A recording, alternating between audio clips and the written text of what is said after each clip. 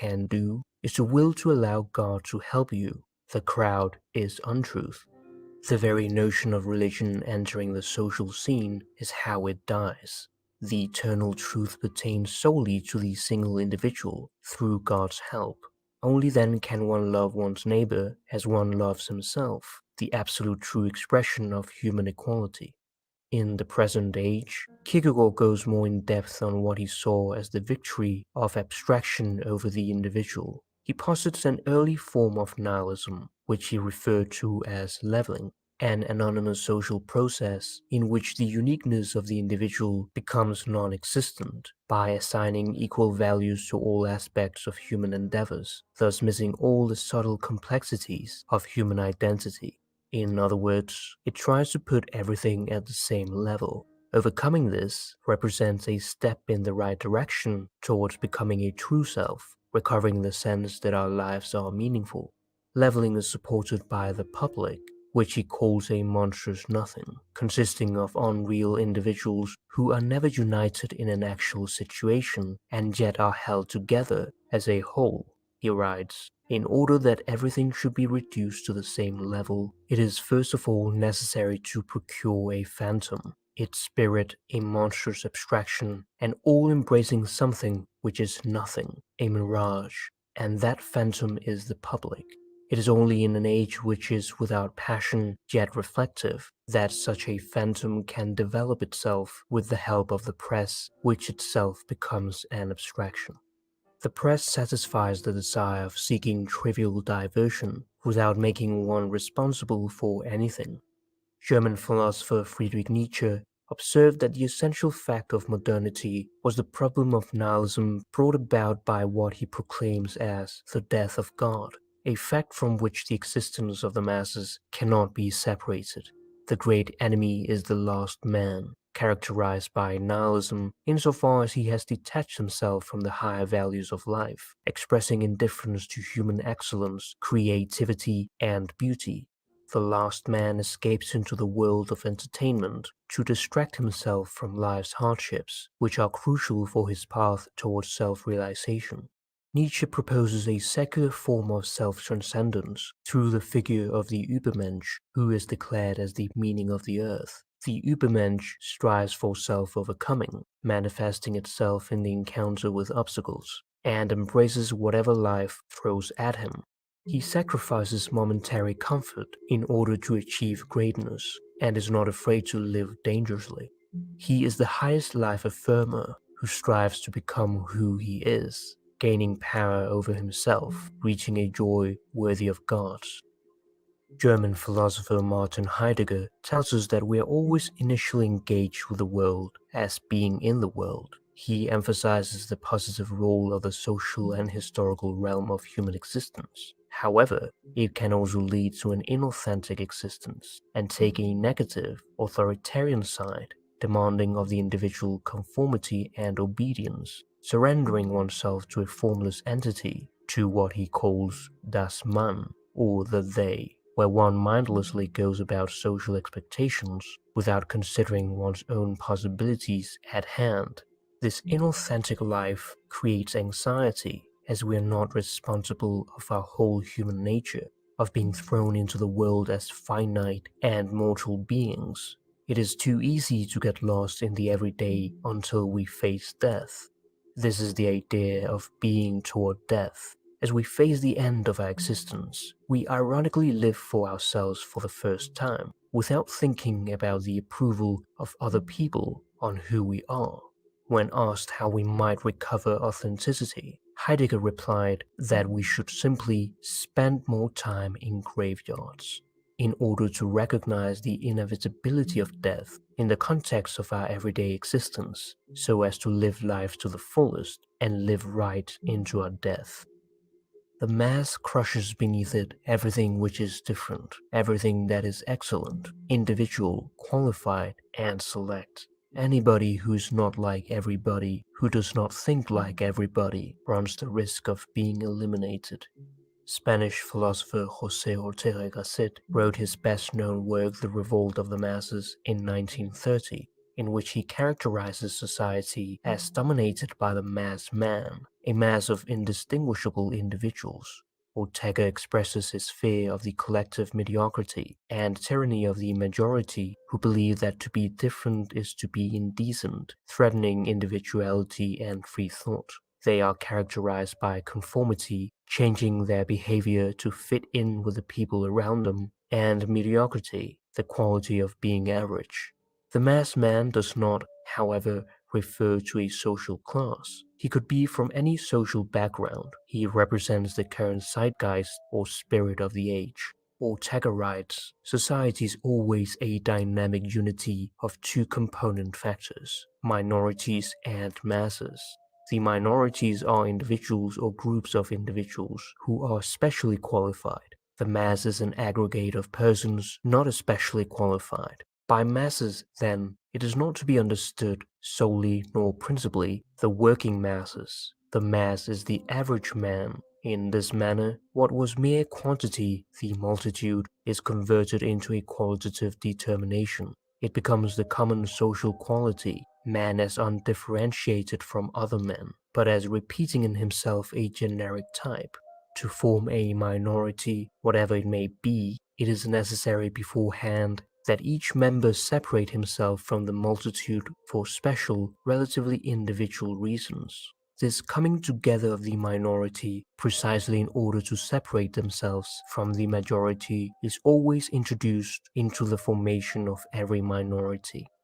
Ortega's main target is the average man or Mr. Satisfied, who is content in his mediocrity and wants to be just like everyone else. The minority, on the other hand, separates himself from the common values of the masses by placing greater demands on himself and cultivating excellency.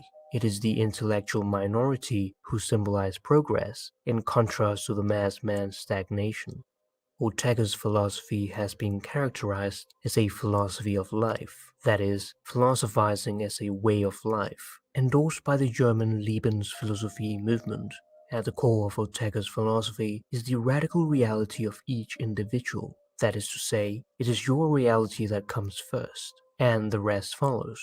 The absolute truth would be obtained by the sum of all perspectives of all lives. Just like Heidegger, Ortega unites both subject and the world, overcoming the limitations of both idealism, in which the world is a mental construction, and realism, in which the world exists independent of the subject. He coined the term racial vitalism, in which knowledge is based on the radical reality of life, whose essential component is what he calls vital reason, that is, reason with life as its foundation.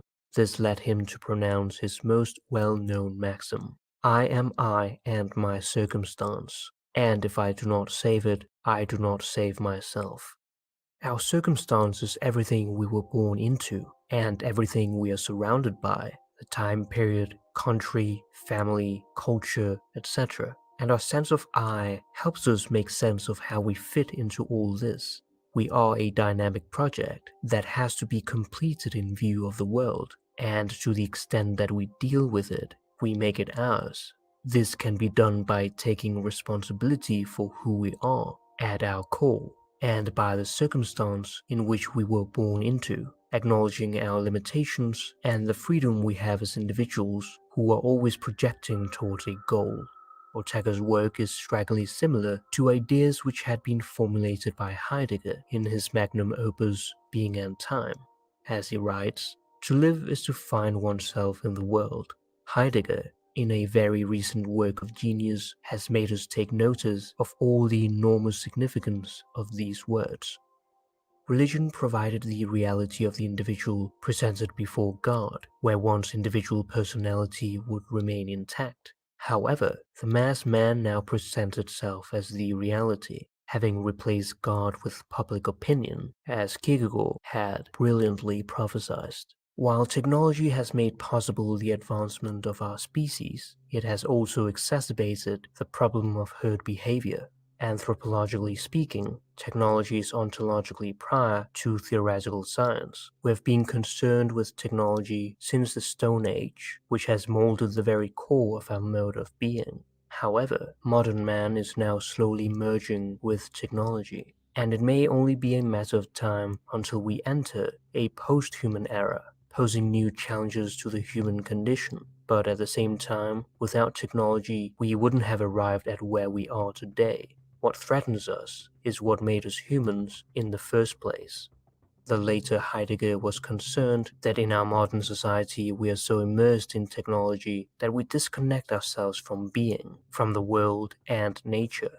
We have been inextricably linked with technology to a point that we would have a hard time surviving without it. We have built a system which we cannot live without, and yet the individual within the system can be done away with. With virtual reality just around the corner, this may well become a bigger issue, where many will escape reality into the peace and safety of a new dark age.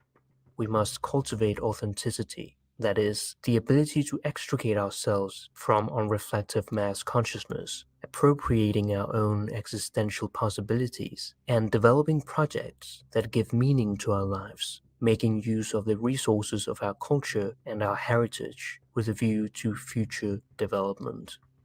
The biggest danger, that of losing oneself, can pass off in the world as quietly as if it were nothing. Every other loss, an arm, a leg, $5, a wife, etc., is bound to be noticed.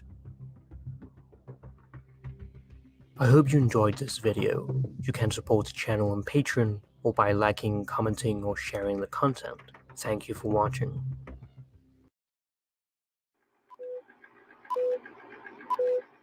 This is what democracy looks like. So if folks are ever wondering why we're enslaved and run by policy, statute, code, and various misleaders, get a good look at the metaverse, what goes on these panels from time to time. They know they don't care about words, terms, and symbols. They know they don't care about etymology. They freely admit it. They're so mind and heart controlled, they're going to follow policy and false authority to their bitter end. And no matter how much I try to get them to refocus and recenter and research, the word is research, who and what you are and what this all means, I can't get them to do it. You'd rather argue with me over running stop signs and what that means. It's the loss, injury, and harm we got an issue with. It's not the damn sign. These people never saw a sign they didn't want to follow. They never saw, an idol or a misleader they didn't want to listen to and follow. I'm pretty much done with it all. I have been for a while. So yeah, when I come anywhere, it's all love at the end of the day, but when we have the back and forth, I'm going to turn up on you. I'm going to hold your feet to the fire, and I'm going to question you and hold you accountable, and I'm going to define the words and terms and put it in your face. And if you want to argue with me, I'm going to call you a bitch-ass motherfucker, like the intro said. It is what it is. You guys don't understand why I do what I do. I don't give a fuck what happens. Don't you get it? I'm not like you. I don't give a fuck what happens. I can't. I care, but I can't give a fuck. Because if I do, it'll allow the powers that shouldn't be, that we've given our power away to take me down from the inside out. See? I don't care that you don't understand the words and terms and etymologies and symbols. It's all there. Even if it wasn't there, I'm going to do what the fuck I want to do. Okay? You didn't grow up like me. I was from a broken home. I grew up in a broken cultural divide, I guess you could say. Suburban white people and urban African Americans and Latinos, right below the poverty line. So coming from a broken home and being a broken person and being around a whole bunch of other folks who culturally had some differences, we'll say, I lived my whole life expecting to die or go to prison. So the fact that I'm still here talking, especially after everything thus far, there's so many things that have happened. I don't get into it. You don't need to know every piece of my fucking life story. You may not want to know. It may not be necessary. Maybe it is necessary. Maybe that's part of the problem. You don't truly understand me and you think you do. So my whole upbringing, I was expecting to die or go to prison. I just didn't know what the circumstances were going to be. God damn it, Paul. If we don't move into this space and truly understand who and what we are and what our rights and freedoms are worth, which is dying for going to a box, we're not going to have them. Worse than that, we're going to be diseased. We're not going to have peace. We're not going to have inspiration. We're not going to have true faith. We're not going to have empowerment. We're not going to have resources. You have to draw the line of distinction, and you have to move into that if you want the things that we say we want. There's going to be no other mechanism to get it. If I have to die or go to prison doing what's true or what's right, I'm so way ahead of the game at this point. Yeah, there's only two things that you could do to stop me now, and you can't even do that indefinitely. You got to put me in a box forever. You got to kill me. If you put me in a box, you're going to have to let me out at some point because I haven't killed nobody and I'm not doing anything. And if you're going to do it, you got to be completely corrupt, and I don't put it past you. But if you put me in there, you got to keep me forever. And you still aren't going to know what to do with me because I'm going to raise the roof on wherever you put me. Just the way that I am. You know it and I know it. I don't even have to get uppity to do it. Energetically, I'm going to raise the roof on that institution. When I go to these places, they go, get this motherfucker out of here. Energetically, we do not need him here. You go in there, it's like the pit of hell. It's like death warmed over. You know, I come in there, I bring such a light and such information and understanding and such care that it just flips it on its head. They say, get him out of here. It's bad for business.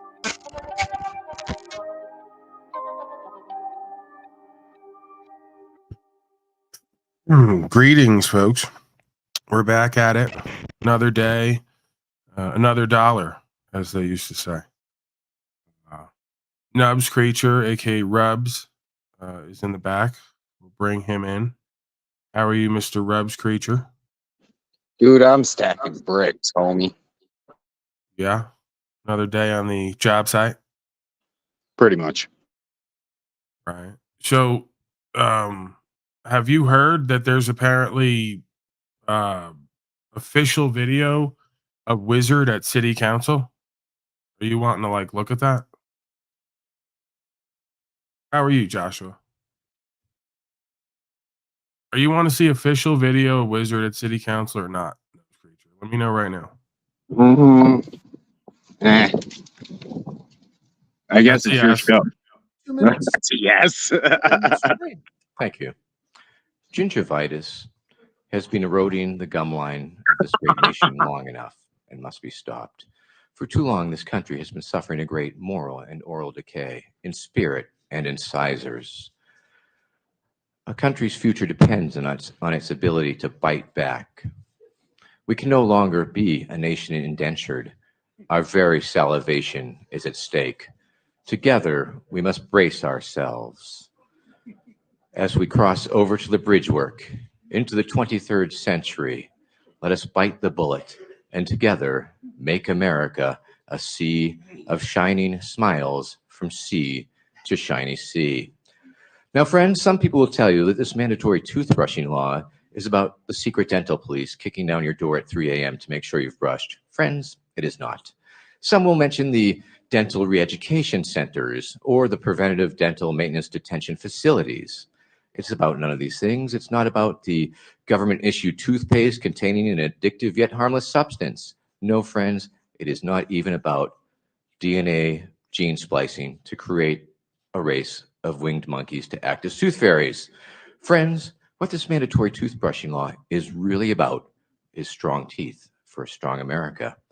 My name is Vermin Supreme. I am a friendly fascist. I am a tyrant that you should trust, and you should let me run your life because I do know what is best for you. Yes, I am a politician. I will promise you anything your little electorate heart desires because you are my constituents. You are the informed voting public, and because I have no intention of keeping any promise that I make. Vote early, vote often. Remember, a vote for Vermin Supreme is a vote completely thrown away. I would like to take this moment to acknowledge my mother, who is in the audience here today. Please stand up, Mother. Please stand up. If you can stand up, please stand up. She's going to try and stand up so you can acknowledge her. This is my mother. There we go. And 5 years ago this April, I gave her a kidney. My challenge to you people, everybody on the stage and everybody in the audience, give up a kidney. All right. Thank you, Mr. Supreme. Mr. Supreme, welcome back. Thank you, sir. Like some of the other candidates, including former Governor Romney, this is not your, shall we say, first rodeo. Let us say that. This is not the first time you have run for president in the Correct. New Hampshire primary. President Romney has been accused, and I'm not taking a position one way or the other, of taking different positions on different issues. I'm asking you right now, do you still stand by your pledge made in 2008 to provide a pony for every American? Yes, I do, sir. Free ponies for all Americans, one of the overlooked issues in America today. My free pony platform is, of course, a jobs creation program. It will create lots and lots of jobs once we switch over to a pony-based economy. We'll also lower our dependence on foreign oil. We'll also be able to turn all that pony poop into methane gas and wonderful compost. So we'll be able to up our soil that is being depleted by agrochemicals, et cetera, et cetera, et cetera. And of course, the important thing to realize is that it is a federal pony identification program where you will need your pony with you at all times. Thank you very much. Mr. Supreme, I wanted to follow up on Ambassador Shoemaker's question Yes. regarding the ponies. Yes. Is that the only government entitlement program that you support? What other entitlement programs are you for? Just that one. That's enough. But in the vein of energy production, I'd also like to address my harnessing the awesome power of zombies for energy sources. It's not just to run away from anymore.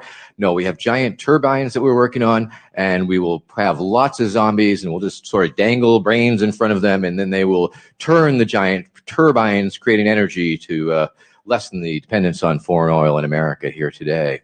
Thank you. Mr. Supreme, your 30-second closing statement, please.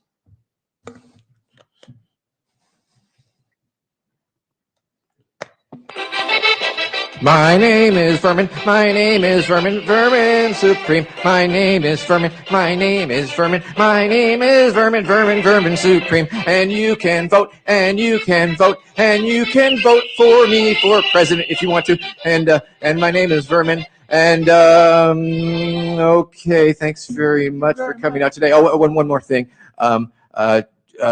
Jesus told me to make Randall Terry gay. Okay, thank you, Mr. Supreme.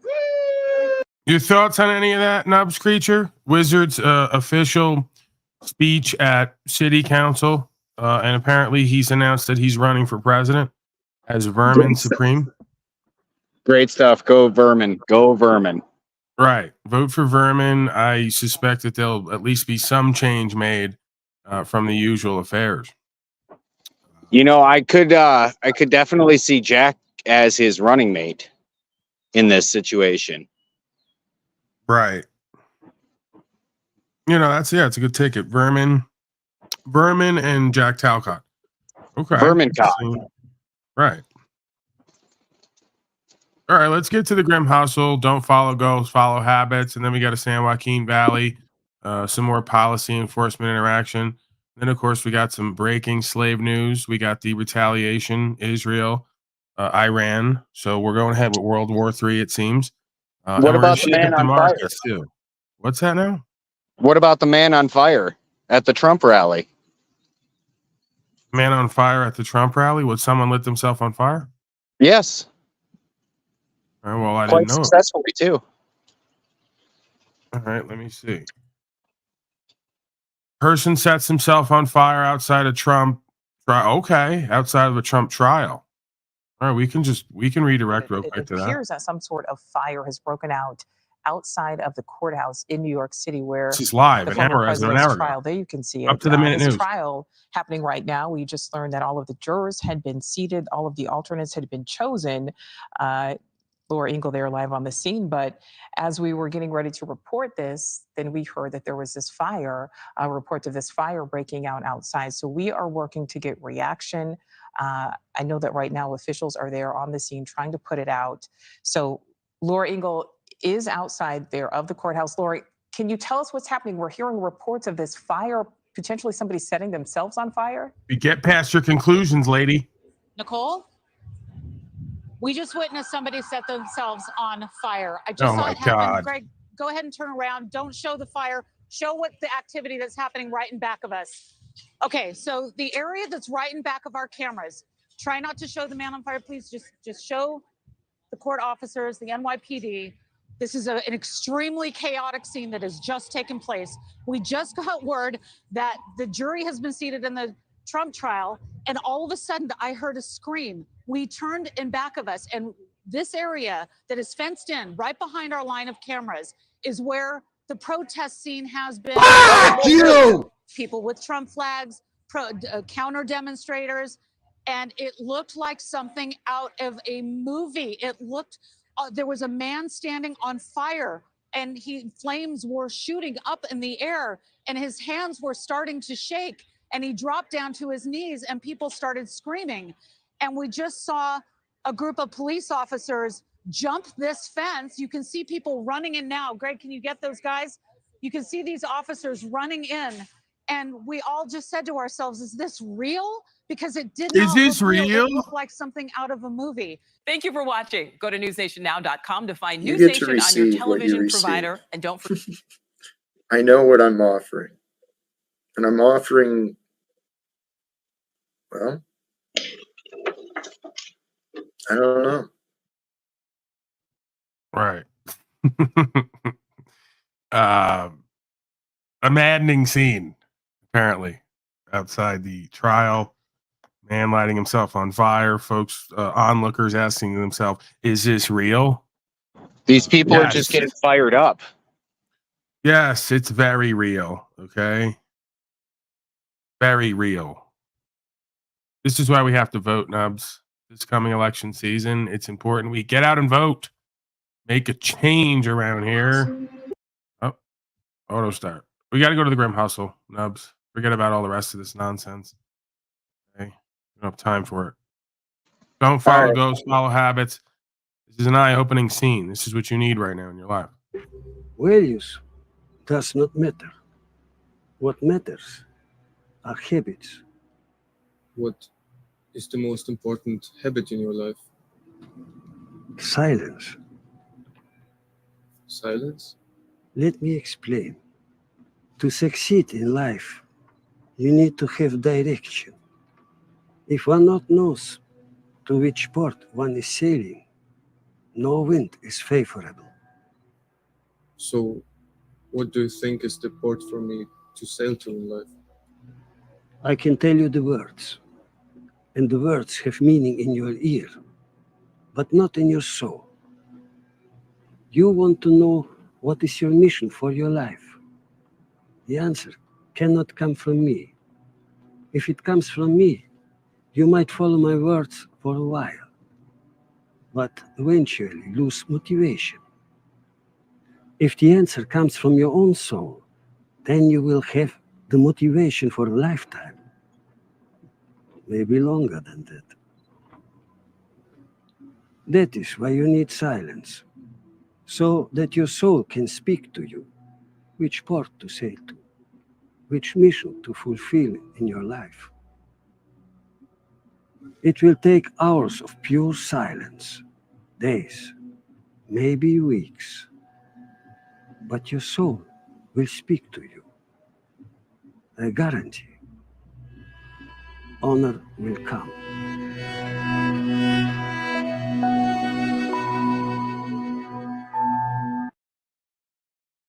All right, Nubs Creature, you have anything before we move forward? We got the freak down there. Henry, the producer, was also down there. Henry said that they were throttling the numbers on Joe Rogan and Tucker Carlson interview recently. Yeah, it's not real. It doesn't exist until Joe Rogan and Tucker speak about it. So yeah, that's something I've been experiencing for a while now. The live counters are off. They're throttled. They're just deceptive. I mean, again, Paul Unslaved channel is live right now, and we can't get over 11 to 15 people on a 22,000 subscriber channel. So something's up there, obviously. So yeah, I mean, if you want to come up and tell us about that, I'm interested to hear about what that experience was. And then DeFreak, we have DeFreak down there who says that the only hope for us right now is to vote for Donald Trump. We're doing that again. Nubs, am I loud and clear? Am I coming in loud and clear enough? I don't want to be too loud. Absolutely. Absolutely. Wait a second. DeFreak is now backing not God, but Donald Trump. Precisely. He's saying that Donald Trump is our only hope. Do you got any other better plans? So I'd like him to come up and kind of reveal to us why, right? I'd like to do a bit right now. I want the freak to explain to us why we need to vote for Donald Trump and what else we need to do to change this land immediately. He's willing to come up and indulge me in that. I'm open to that. For the meantime, tween time, we're pushing P. No, not pogo narratives. No, not pimping necessarily. Policy enforcement, right? We're pushing P. So what these cops say on camera will shock you. Let's go to San Joaquin, see if they come up with something recently. Last few videos, I'm not impressed with. Okay, San Joaquin, step it up over there. You're gonna do this auditing thing. If you're gonna be in these cops' faces, let's get someone beat. Let's get someone tased, shot, maybe a 180, like decastrated. Oh yeah, that's right. I got a 20-minute video from Jose decastrated. He's decided to write a book. He's been in jail 2 weeks. He's now decided he's going to write a tell-all book, and of course that'll be on sale soon on his merchandise store. Right. So if you want to peek into the mind of Mr. DeCastro and his behind the wall activities, and you want to know like how he's become who and what he is and his experiences and what he's been through, look for the book coming to a shelf near you. Barnes and Noble, Borders, I'm sure. And of course the imaslave.com, whatever his website is, for the trifold and other pieces of merchandise. So that is exciting. Goblin I love cock. that trifold. I'm gonna die soon. Pay attention to me. That's interesting. Goblin changing his name apparently. I don't think that's Goblin. I was on no. I was on a panel with Goblin and Flo and Tommy and Jack Talcott. Man, all the tards were there. It was great. Right. Jack ran as soon as Flo came up, which was rather ironic. Tommy ran after I told him that he had told us that he does meth and dates 17-year-olds. He didn't like that. Right. But yeah, it was rather entertaining. Jack told us that he has never threatened genocide because he wanted to harm me. Totally said that was a false narrative. It was pretty entertaining. And apparently you're my father somehow in this mix. I've never called you that, but apparently I'm super culted up in this mix. So I guess it's they're doing the thing where they're feeding into some of my like metaversal simulations and games, and they don't know that it's like undoing them by admitting that, because I started the whole daddy thing as a bit non-bit. I mean, it calls into the idea of facilitating and being a fatherly energy at times, of refocusing, right, on what we all seem to need to be doing at this time. Dare I say that? So, me then calling myself daddy and, having other people encouraged to do that was basically a mechanism to trigger folks, right? Yep. Because I understand kind of the issues folks have with their mommies and daddies, and it translates into the state of and God, and you can see the obvious like parental issues that are overlaid onto every aspect of our beingness. These folks need mommies and daddies. So me being aware of that sub-psychology of the masses in quotes,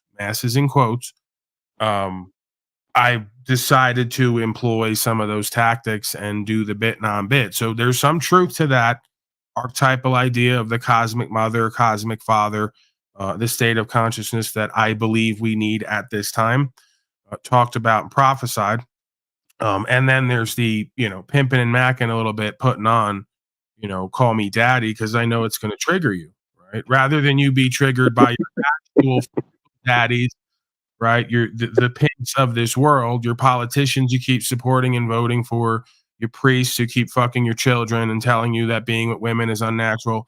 I can go down the list of places where the average person has a daddy and it doesn't trigger them. They cozy right up to it and ask it for favors. But when I then point that out and I do a bit of kind of hypocritical irony, pointing out that I might actually have a bit of a archetypal father in me that might know the next right thing to do beyond even your politicians and the Pope, that just gets them all riled up. They say, we got to stop this guy. How dare he on the internet do this? So it's a bit Andy Kaufman, right? I'm that kind of person. I'm a bit eccentric at times. I like to play games at times. I use some of the truth. I play a game and then I watch folks respond to that. And again, there is some truth to that. So some folks kind of take to that because they go, we see what he's doing. And he does kind of have a fatherly energy at times in the sense of willing to lead from the front in truth and to hold all of us accountable to the same standard.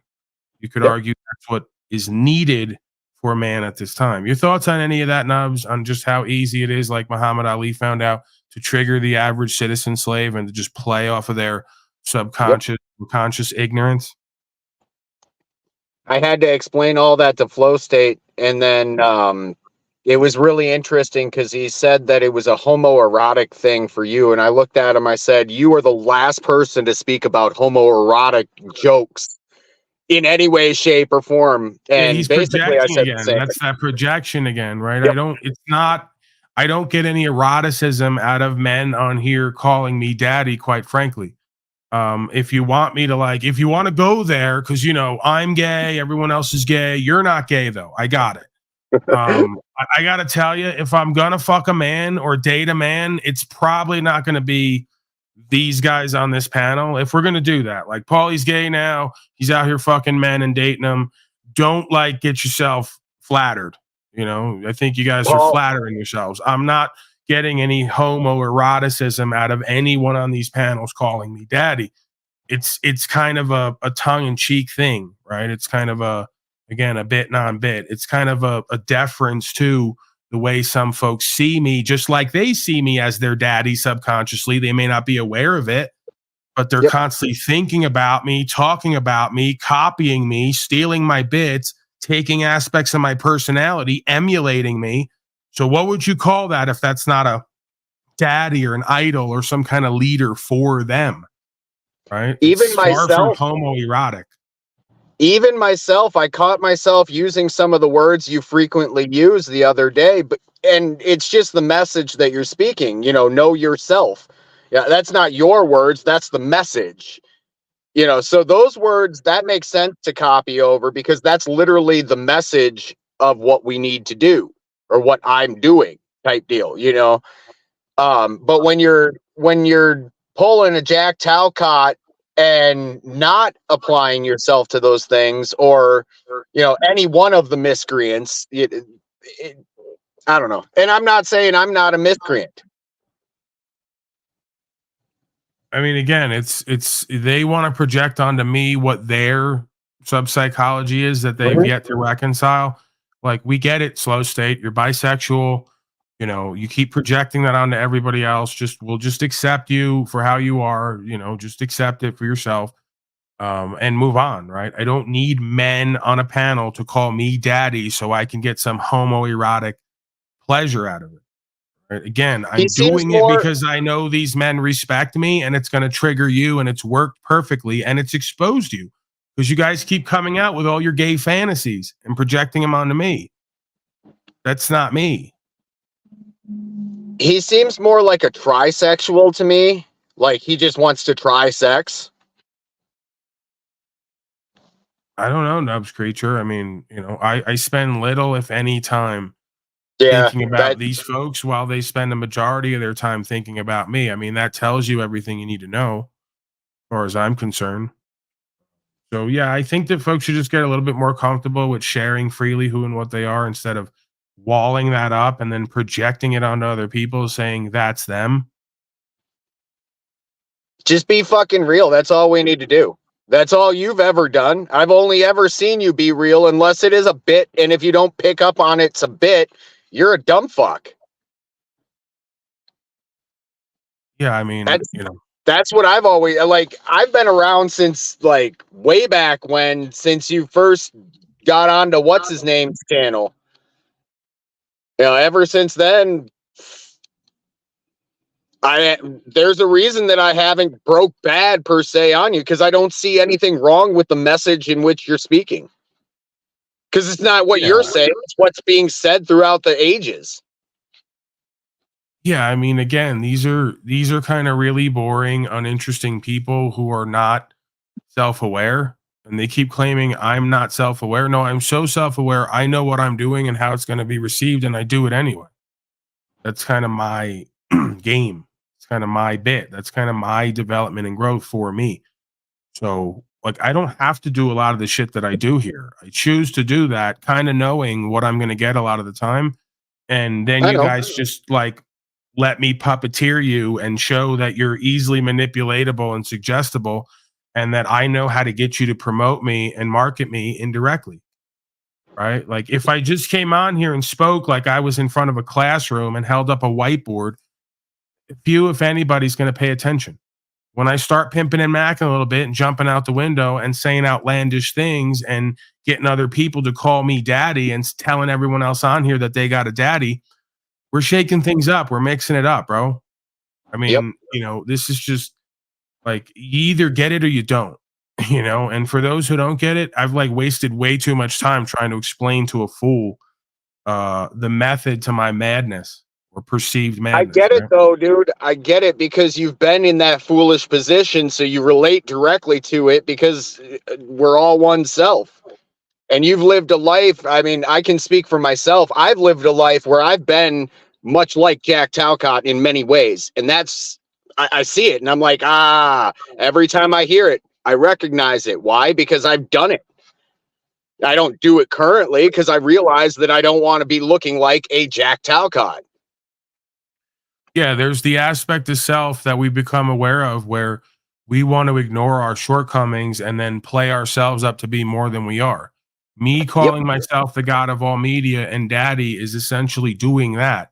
There's a difference between me actively choosing to express that aspect of self almost as a bit non-bit to be aware of that aspect of self and to play with it versus them actually doing it and folks sitting around and just not even noticing.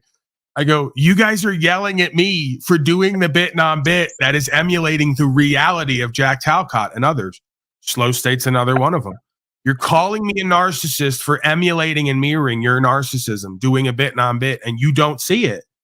It's genius to me, but I'm the one doing it. So, you know, it's like you guys have a grandiose sense of self of what you're doing and what you're accomplishing. You're doing nothing. No one knows you for anything. So then I go, I'm the god of all media. Like, I'm number one anarchist. I'm the thing all of you pretend to be and want to be. Is there some truth to that on some level? Probably. Do you really think that I walk around town carrying myself like that as a man? No, because I'd probably be dead already. So it's a bit non-bit, playing up aspects of self that I become aware of in the ego that the rest of you are living through, not self-aware. And then you get triggered by the reflection of how you live in me, and you fail to recognize the reason you're triggered is because you're doing that. I'm showing you who and what you are that makes you hate yourself and gets you triggered, which is the lie you're living and your grandiose sense of self when on the ground you do and be and have very little. And what you have is being taken away for some of you. Right. And then when I say, okay, let's put the bit non-bits aside. Here's the rights, freedom, principles, spiritual faith. You know how we came into this? Before Paulie Boy started doing a regular broadcast with panels and entertainment aspects and different psychological operations and simulations. I go, yeah, here's what we need to do as actual men on the ground. They go, nope, not doing it. And also you're a rat. I go, what? I go, maybe It's that's the inverse, you. man. Again, I think that's you. No, I know that's you. Yeah. You know, anyways, I gotta jump off. Go ahead. I gotta get back to work, so somebody's got to pay the bills around here. Yeah, go get something done, man. Not everybody can be an amazing broadcaster and make a living. I understand that. Not for everybody. See, I let you up to what I don't need to go make my own broadcast to grift off of your people. I think maybe you do. I think you should try it. You know what? It's worked out well for a lot of folks, let me tell you. If you start a fight with me right now and then on the way out go, I'm going to be at nubs.com, and then you post your YouTube link on nubs.com, you'll get at least 60, 70, 80 people over there. It's a good jump off point. If that's the case, then fuck you, Paul, for faulting on our contract. You know, that conversation that was Well, flippantly I didn't had. cancel that. Jesus canceled that, as you know. The Lord canceled that contract. That wasn't me. It was the will, not my will. Wait, is it the Lord or is it Trump now? Does I that think cross he said over? Lord, as in like he calling me fat. I don't even think he said Lord. I think he said the lard guy canceled the contract. So, Oh shit. Well, in that case, fuck you, Paul. I hate you. Pedo Pogo. Spread optics are love, high. brothers and sisters. Optics are hot. Optics are off the fucking chart. What else? To hell with you. I'll never be back if you don't do it my way. Is that a good enough fight to start? Yeah, I mean, that'll can we work. work with that? Yeah, let's just start with that. And then Okay. kind of drop bits, like drop little short videos here and there, just I all don't do about me with my videos. name. Well, you got to I'll just start. do it to your face. Okay. Clip it. It'll You be can clip just like it is now. You know, you'll be a scumbag, and every time we get up on panel together, we can say "fuck you." It'll be like, you know what? Fuck you, Nubs. Get the fuck out of here. I'm mod guiding you. I'm throwing you out. Fucking piece of trash. Get the fuck out of here. Another unthankful, ungrateful piece of trash who's starting fights at me so you can go start channels and try to use me and abuse me for content. Pathetic. Well, I expected this. Good thing I expected this. I expect everyone to fuck me over. That's why it always happens. It's not because I'm expecting it. It's because I'm so smart. I see it coming. So because I expect it, when it happens, I'm not surprised. And then there was one, right? Just back to me. Someone go get Slow State and let him know that I have a hard time getting people on panels. Just no one wants to hang with me. No one wants to talk with me. I'm not a good host. Very abrasive. As Rose said, I'm not a good listener. That's obvious. And I yell and scream from time to time, and I curse, and I call people out. You know, I might even bring up people's like interpersonal relationships, domestic situations. That never goes well. You want to host a panel and be received well? Don't do that. Okay. Goblin Cock, if you want to come on up here and talk to me, it seems like you're going through a lot lately. If not, because you know I'm a bad host, that's fine. I get it. I did this to myself. No one wants to hang with me. No one wants to talk with me. I did it again. Self-sabotaged. Because I'm a very angry person. I've learned that on the metaverse, hanging with other people who are not angry, that I'm a very angry person. So I want to go to this. What these cops say on camera will shock you. Now that Nubs is gone, he's starting a channel. Go look for that. Yeah, policy enforcement time. For that in my life.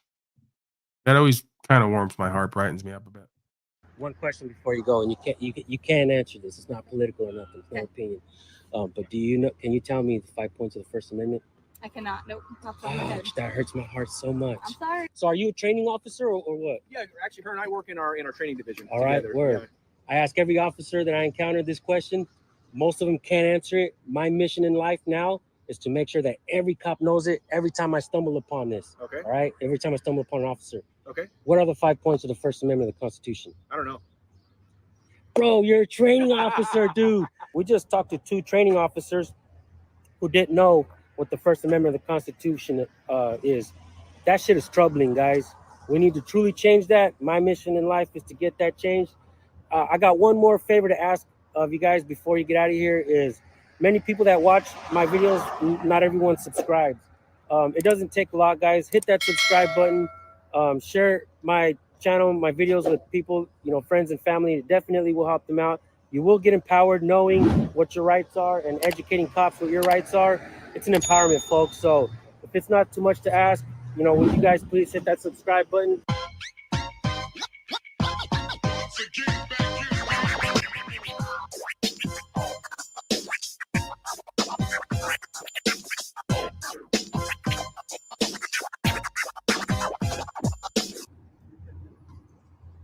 What's up, guys? San Joaquin Valley Transparency. We passed by right here. We've seen a whole bunch of cops, so we're going to find out what's going on.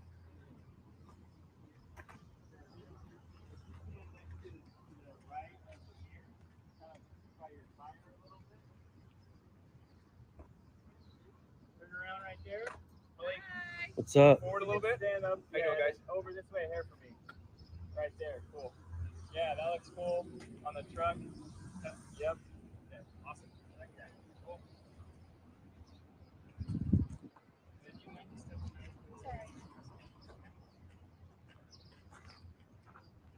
Cool. Okay, you guys, 1 second.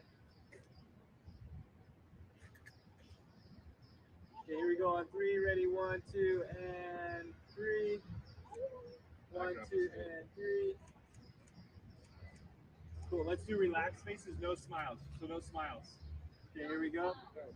Ready? 1, 2, and 3. Check.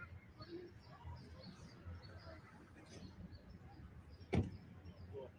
I like it. Cool. What about a fist bump? No, we're gonna do a fist bump. Cool. Actually, hold it. Let me do one more. Okay. Just reset. Let me do like a ultra line right here. Not a fist bump. Come on. If you guys just go back to your spot, let me do another perspective of this. Oh, here we go. 1, 2. Like you enjoy it. Look at guys, a bunch of posers. No, let's do relaxed face first. Yeah, 1, 2, and 3.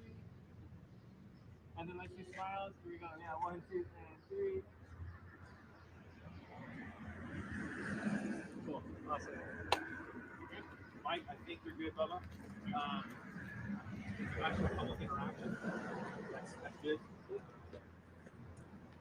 And yeah, we need to do some inside the UV. Yes, let's get that real quick.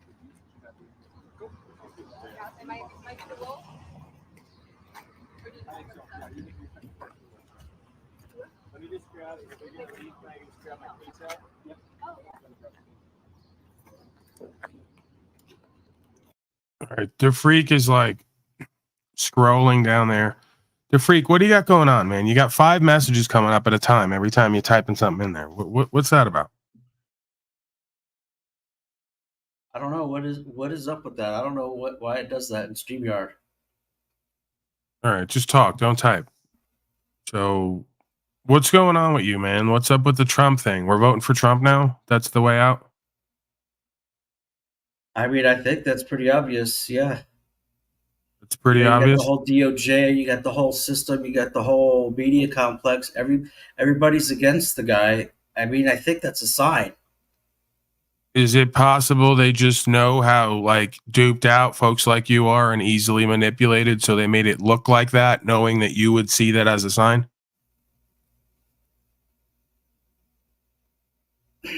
I think that's a little off. I'll put it that way. So somehow, some way, all of a sudden, out of the clear blue, a maverick just edged his way into the system and is like the chosen guy for one half of the country to pick because, quote unquote, the system's against him. And you don't think it's possible that they put him up specifically to play that role to get a bunch of folks like you to support it? No, I don't think so. Right, because most things are just what they seem, right? Whatever you hear on the news, whatever you see, that's what's really happening. All right. Well, by that logic, then how can you trust anything except Donald Trump? No, that's not the logic. By that logic, how can you trust anything that you see on TV or anything they tell you? Well, how does Donald Trump become a special idol or item token? Well, I mean, ever since he was even elected or whatever, they were totally throwing all the everything that the DOJ has at him, everything that every crooked, backstabbing piece of shit, backstabbing prostitute, communist could heave his way. Literally a rumor and a whistleblower law, and your constitution has actually been toast because of the Ukraine call. No, the Constitution is toast as you know it because you and everyone else keeps voting into and contracting into a democracy, a democratic process of electing representatives to represent you as a person in a corporate endeavor. It's the backbone of the legal system is the political system. That's why you have no more law and order. That's why you have no more law of the land. That's why you have no more rights, property, and freedom, because you keep voting into a two-party system that is a corporate endeavor for your safety. How do you square the guy that you say is the answer telling everyone to get the treatments to cover their face and to lock down their businesses? He was the one in when that all happened. He was the one who took the treatments and covered his face.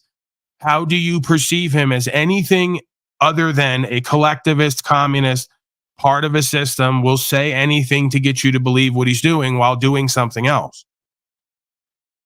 Hydrochloroquine. So there you go. There's the average citizen slave. You lay out a series of facts that prove obviously what they're saying makes no sense, and they just holler out one word, just like in complete retardation. Hydrochloroquine. How does any of that factor into him covering his face, taking the treatments on the balcony, and telling the public to do the same while locking down businesses for safety, for America, for the people, for rights? First of all, he didn't lock down anything.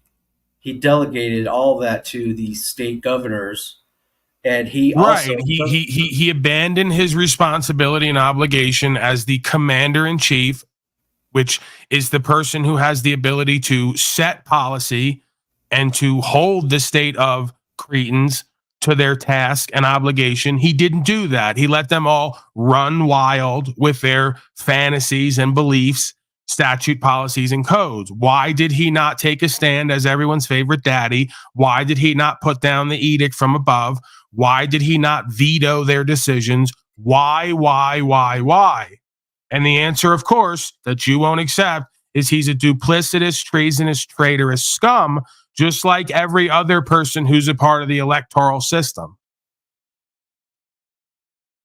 You know, maybe that's true, but I mean, if you got... No, it absolutely is true. You have no reason to believe anything you just said, and I've just laid out a whole bunch of reasons why what you just said makes no sense. I could keep going. Well, I'm trying to explain, though. I mean... You can't explain something that makes no sense. That's why it makes no sense. Well, but if you ask me and I try to explain... You're explaining based on your feelings, not off the facts. Go ahead. Give us some more of what your feelings are rather than what the facts show. Well, I'm not going to be framed like this, Paul. Okay. There's no framing. You're giving me what you want to be true and what you feel, but you're not adhering to the facts and the record. This is a Talcottian common problem. Well, first of all, you're jumping around all over the place. We can't even address one issue, and then you're framing me, and then you won't let me answer. And then I want to know what makes you believe that voting for a president to represent you as a corporate entity known as a person of the United States corporation is at all going to get you your rights, freedom, property back. Someone's going to get elected, right? Right. Someone's going to get elected in that system for that society. Why are you all opting to be a part of that society and therefore have an obligation to follow the statute, policy, code, and legislation that's laid down? Why would you do that? Well, that's the system we're in. I mean, we're not in that system. There's no we. I'm on record as what they would consider to be an American national, not a United States citizen. I have a citizenship. I can pilot it at will. I can also park it, which is commercial terminology for putting a boat at harbor, parking, right? So we're back to maritime terminologies like driving, parking. We can get into it, right? How they just duped and diluted everyone with words and terms, statute, policy, and code, and democracy. And a legal system. It's a corporate takeover. You've been duped. I'm trying to help you. I'm not trying to offend you. So when you turn 67 or whatever the age is for Social Security, are you going to be able to draw a check or not? Absolutely not. I choose not to do that, Paul. I know you choose not to do that because you live on fear. You live in a fear-based. Yeah, I've paid too much into my genocide slavery system, a sunken cost fallacy. I can't leave now before I get the benefits and privileges from the devil. Fascinating. Yeah, makes sense. What gain a man if he profit the world and lose his soul in the process and his power and his status and standing? And you call yourself a Christian. This is what I love about you folks. It's just laughable from top to bottom. Calls himself a Christian, says he worships a God, serves the truth, votes for a man to be part of a political corporate endeavor to take his rights, property, and freedom and everything that extends off of him by forsaking his status and standing. What do you mean? I'm not forsaking my status. You forsook You yours. absolutely are. You just told me that you can't stop paying into the system now. You've paid in too much. And you think that I am at a detriment because I won't let a virtual pimp decide how much of what I create I'm going to keep and how much they're going to hold and then give back to me when I'm old and gray, when I'm an old gray hoe. You think I'm at a detriment and you have some benefit. No, you've sold your soul. You've given away all your status and standing in power. And you just told me on record you don't serve the God of creation and the law of the land or God's law. You serve your corporate masters. You've paid in so long, you're not going to leave because you believe there's going to be a benefit when you're 67 if you make it. Right. So wait a second. Jesus wouldn't have revealed himself to me because I was already part of the system. So I'm not interested in your anecdotal hallucination. Let's talk about the facts in the record, not your anecdotal hallucination. I just said that I wasn't. You just testified. You just testified on record in front of God that you're more afraid of this world and the men who run it and not meeting your corporate obligations than you are serving the God of creation and the truth and the record and the facts of the matter. You just put it on record. Everything else you've experienced is null and void at that point. That's what you don't get. Why are you framing me like this? It's not framing. You have the heart of an infidel. That's what God judges, is your heart. You'll be judged by your principles and your value based on the law of the land and God's law and universal law and the way that you communicate from your heart-based consciousness. And you just put on record that you have the heart of an infidel. Don't talk to me about your anecdotal hallucinations of Jesus Christ. Well, wait a second. Why do I need to be judged? You just judged me right now. I'm not judging you. I'm using discernment to tell you you will be judged, just like every other slave who's paid into this and won't leave.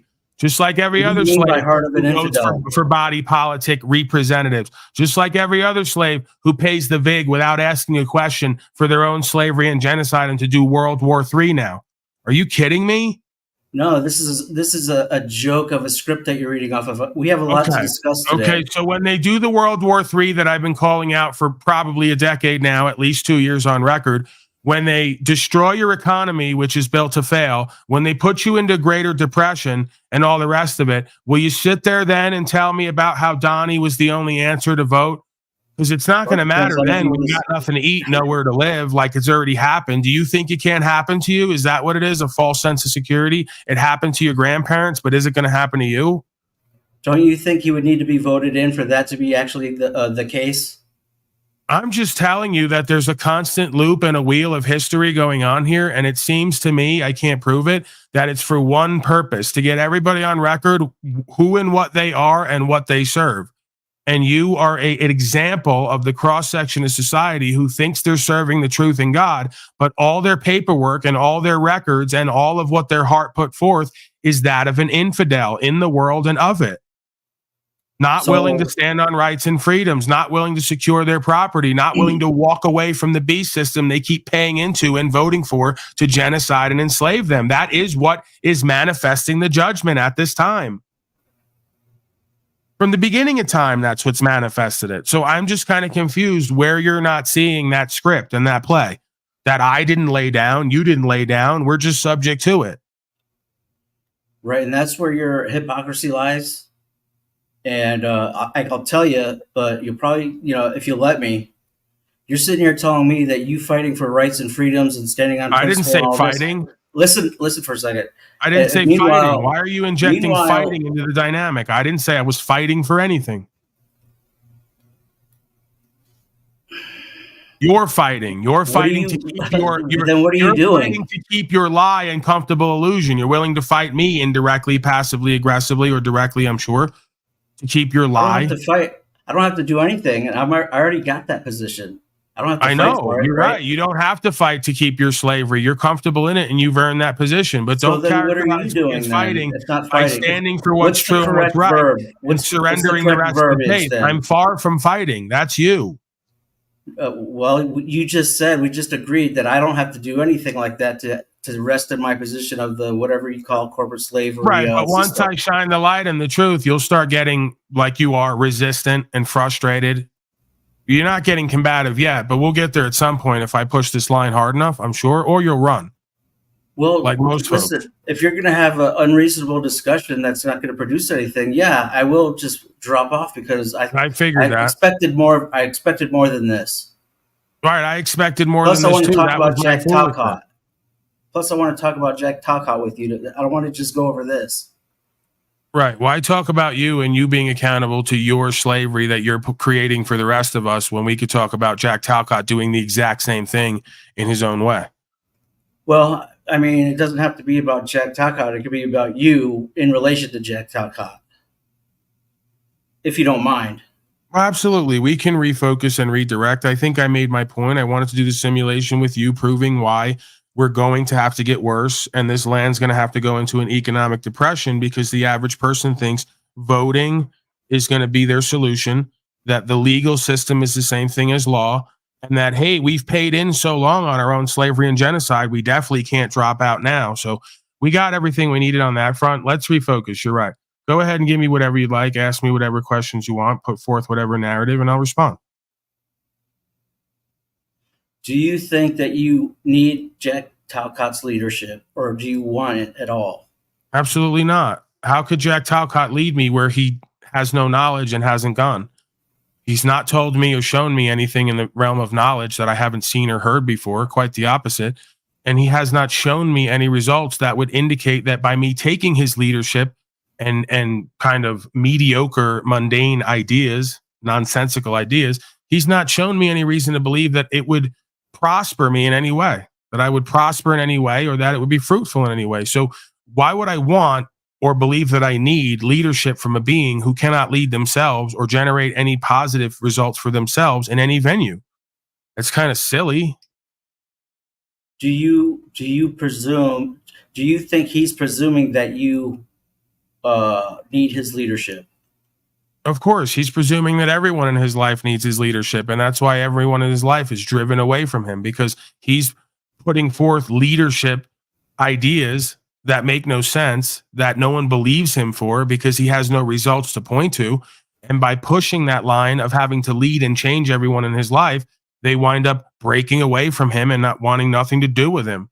It's probably the same thing he did to his woman, his child. It's the same thing he does to his coworkers. He forces help and advice on people who don't ask for it, don't want it, and upon reflection and looking at it, think he's completely insane and non-credible.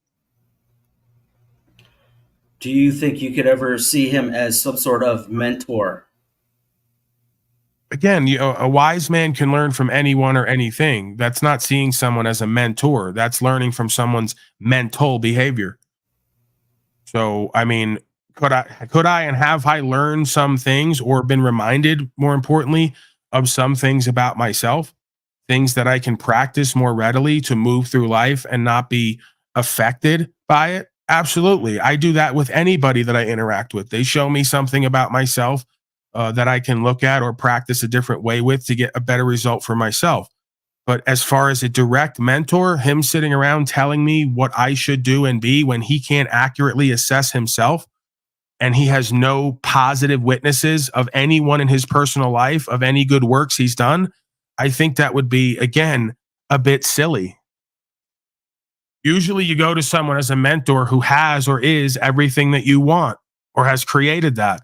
You don't go to someone as a mentor who has nothing and nobody and is constantly in ill repute with everyone they deal with personally and has no physical resources or value that they've created or stored. It just seems very counterintuitive for what one would want to achieve in themselves or in life. Do you think at this point there could be any real like professional relation or production with you two?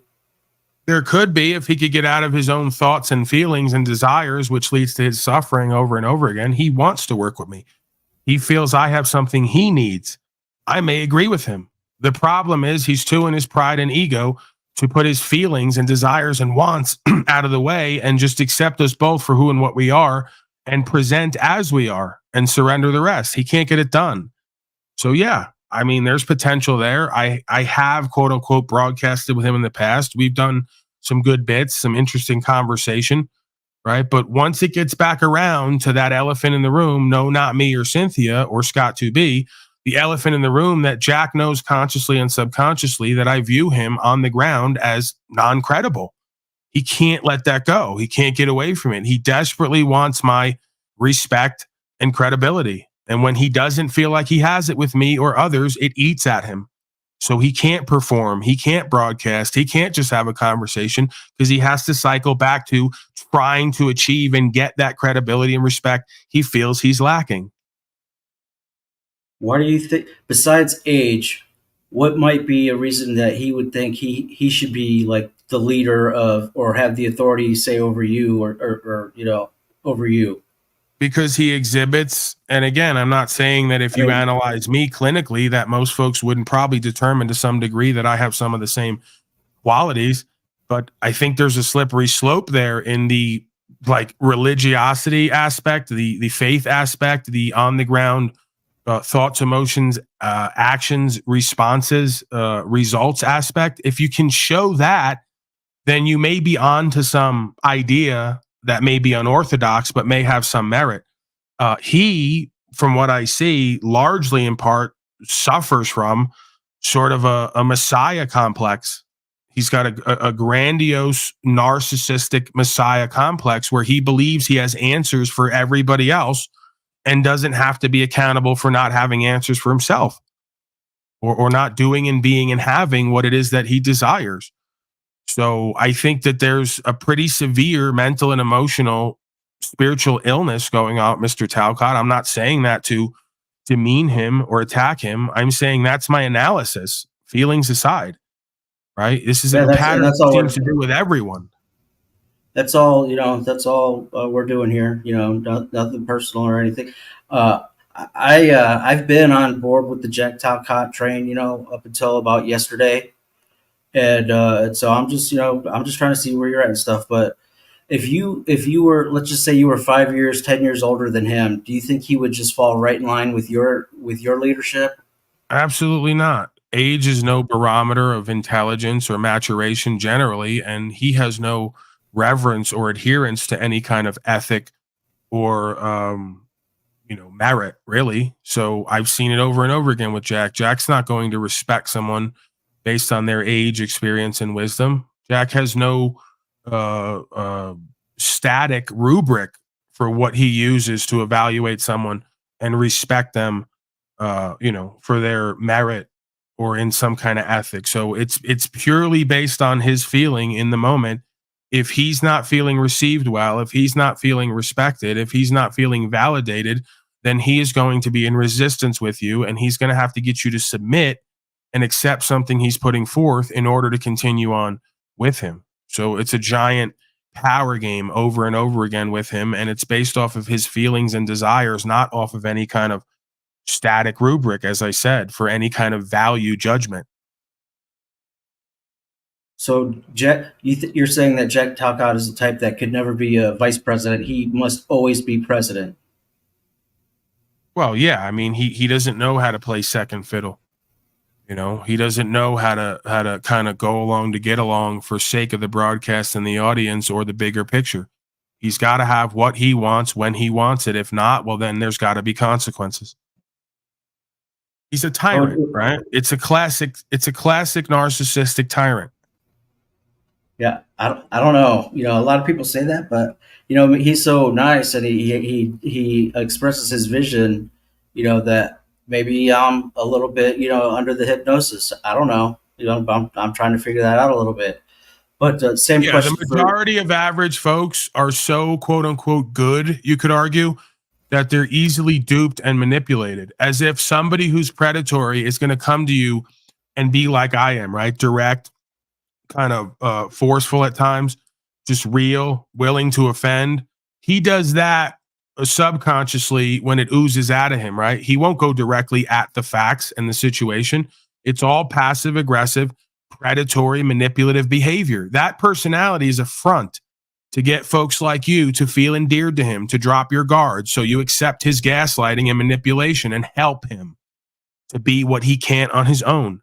That's all that is. He's not an actually loving, caring, nice, kind person. If he was, everyone in his life wouldn't have left him. He's an angry, bitter, resentful, manipulative, deceptive person. with a narcissistic, grandiose messiah complex and tyrannical streak. And again, I could then turn around and say, I probably have some percentage of all of those things in me. I try to observe myself impartially and objectively, or reflect on myself and my behaviors to make sure those aspects of self are in check, unless I'm purposely trying to use them to do a bit. So if there was a, say, leader, quote unquote, in the panelverse sphere, whatever, could you ever play second fiddle or be the VP, do you think, at this point in your life?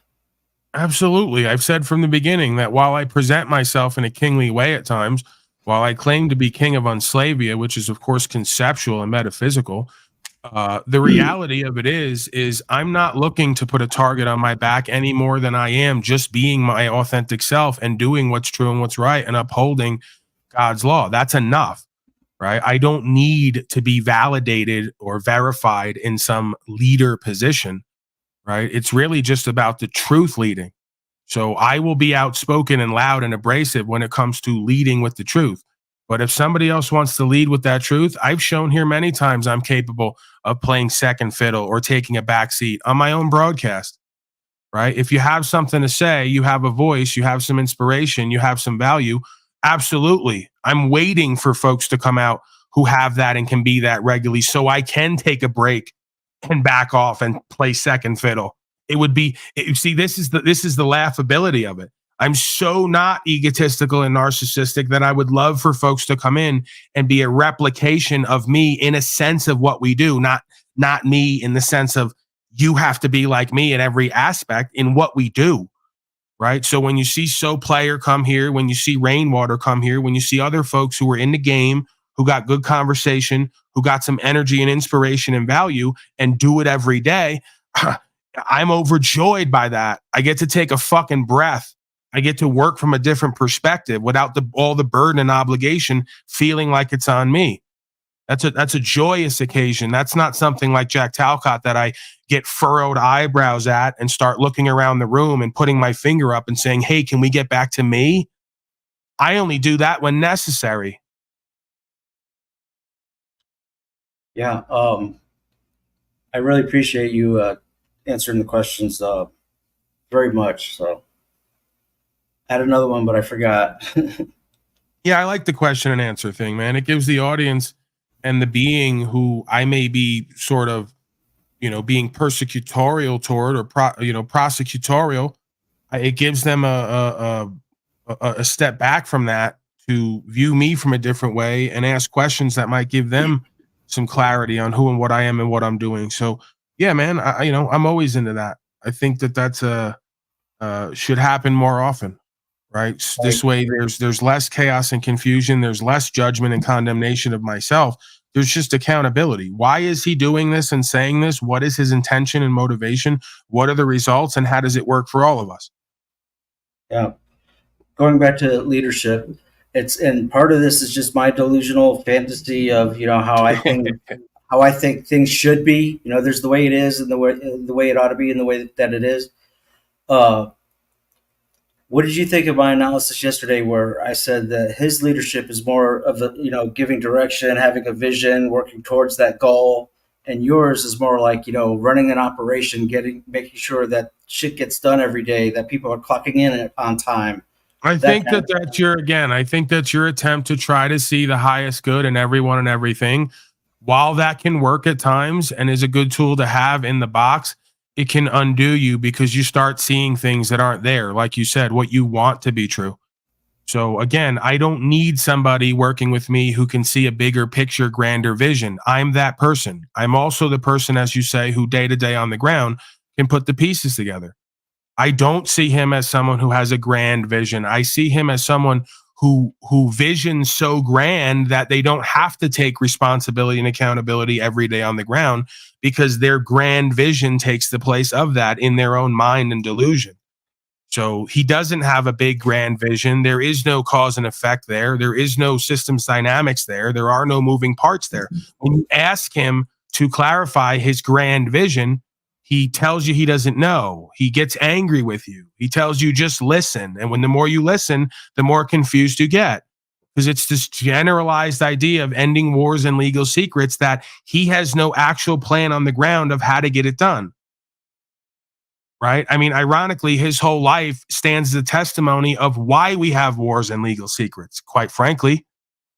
So, yeah, you're looking for good where there is some, but that's not it. Right? It's like there is no bigger, grander vision that then has to be fulfilled by someone on the ground.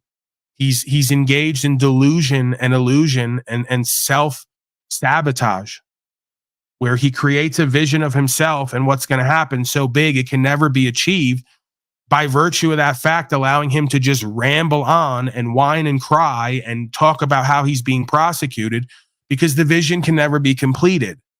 Right? It's a self-fulfilling prophecy and self-sabotaging mental and emotional illness he's experiencing. It's far from some grand plan that he's envisioned that needs someone like me to get it done on the ground.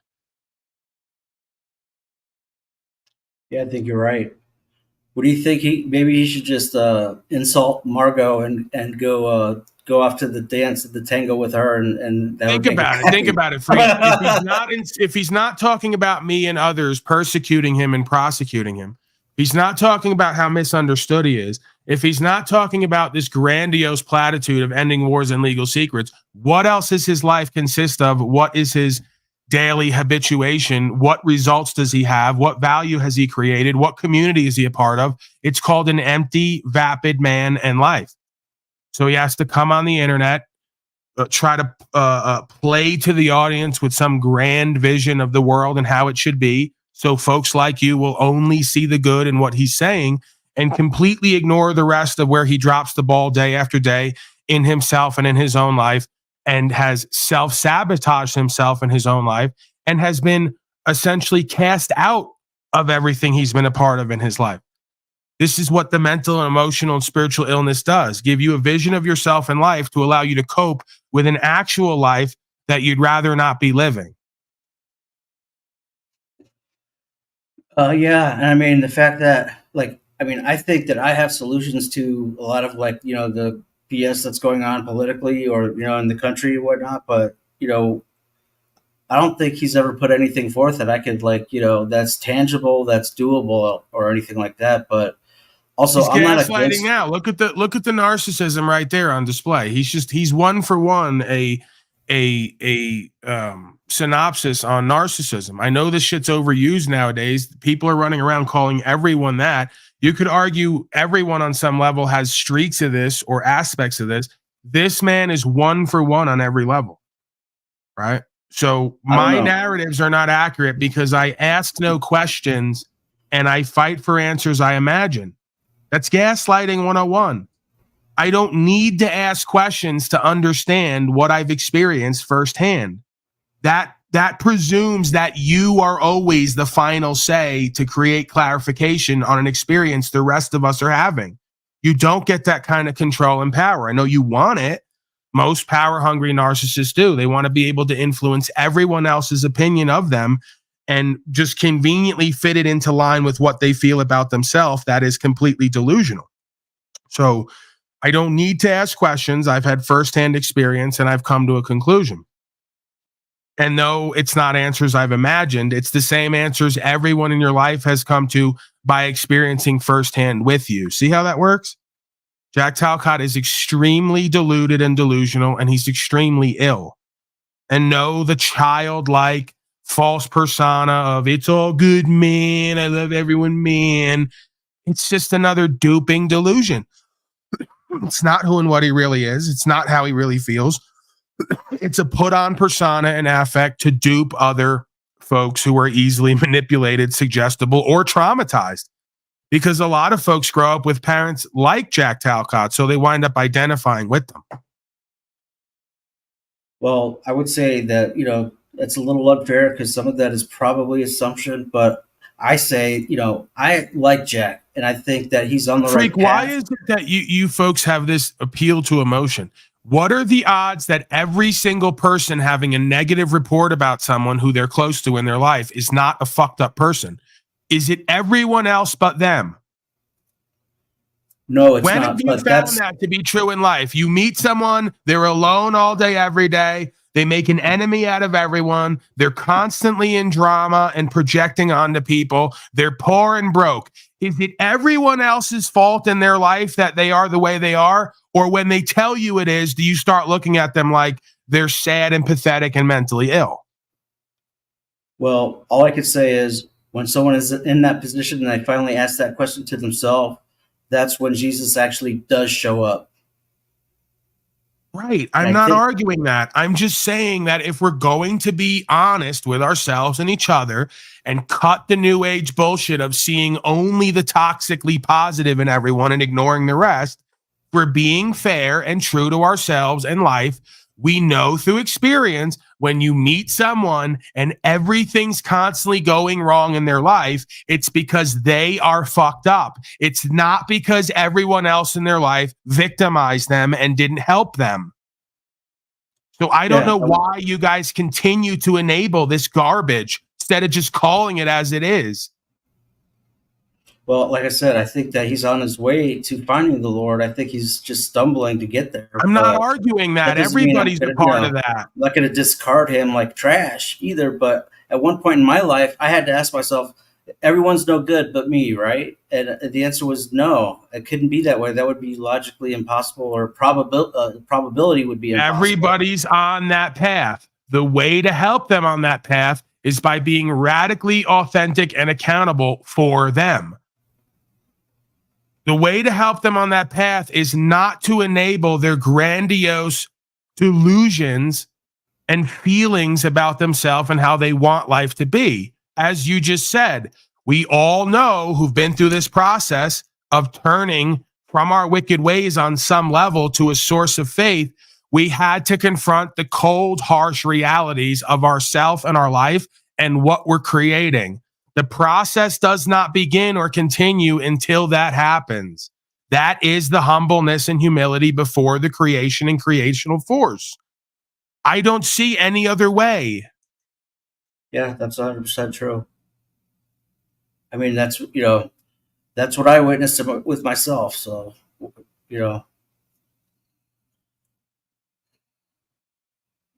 Right. So if Mr. Talcott or others would like to come up and speak about the dynamic and the art of living and their own personal perceptions and results, we can do that.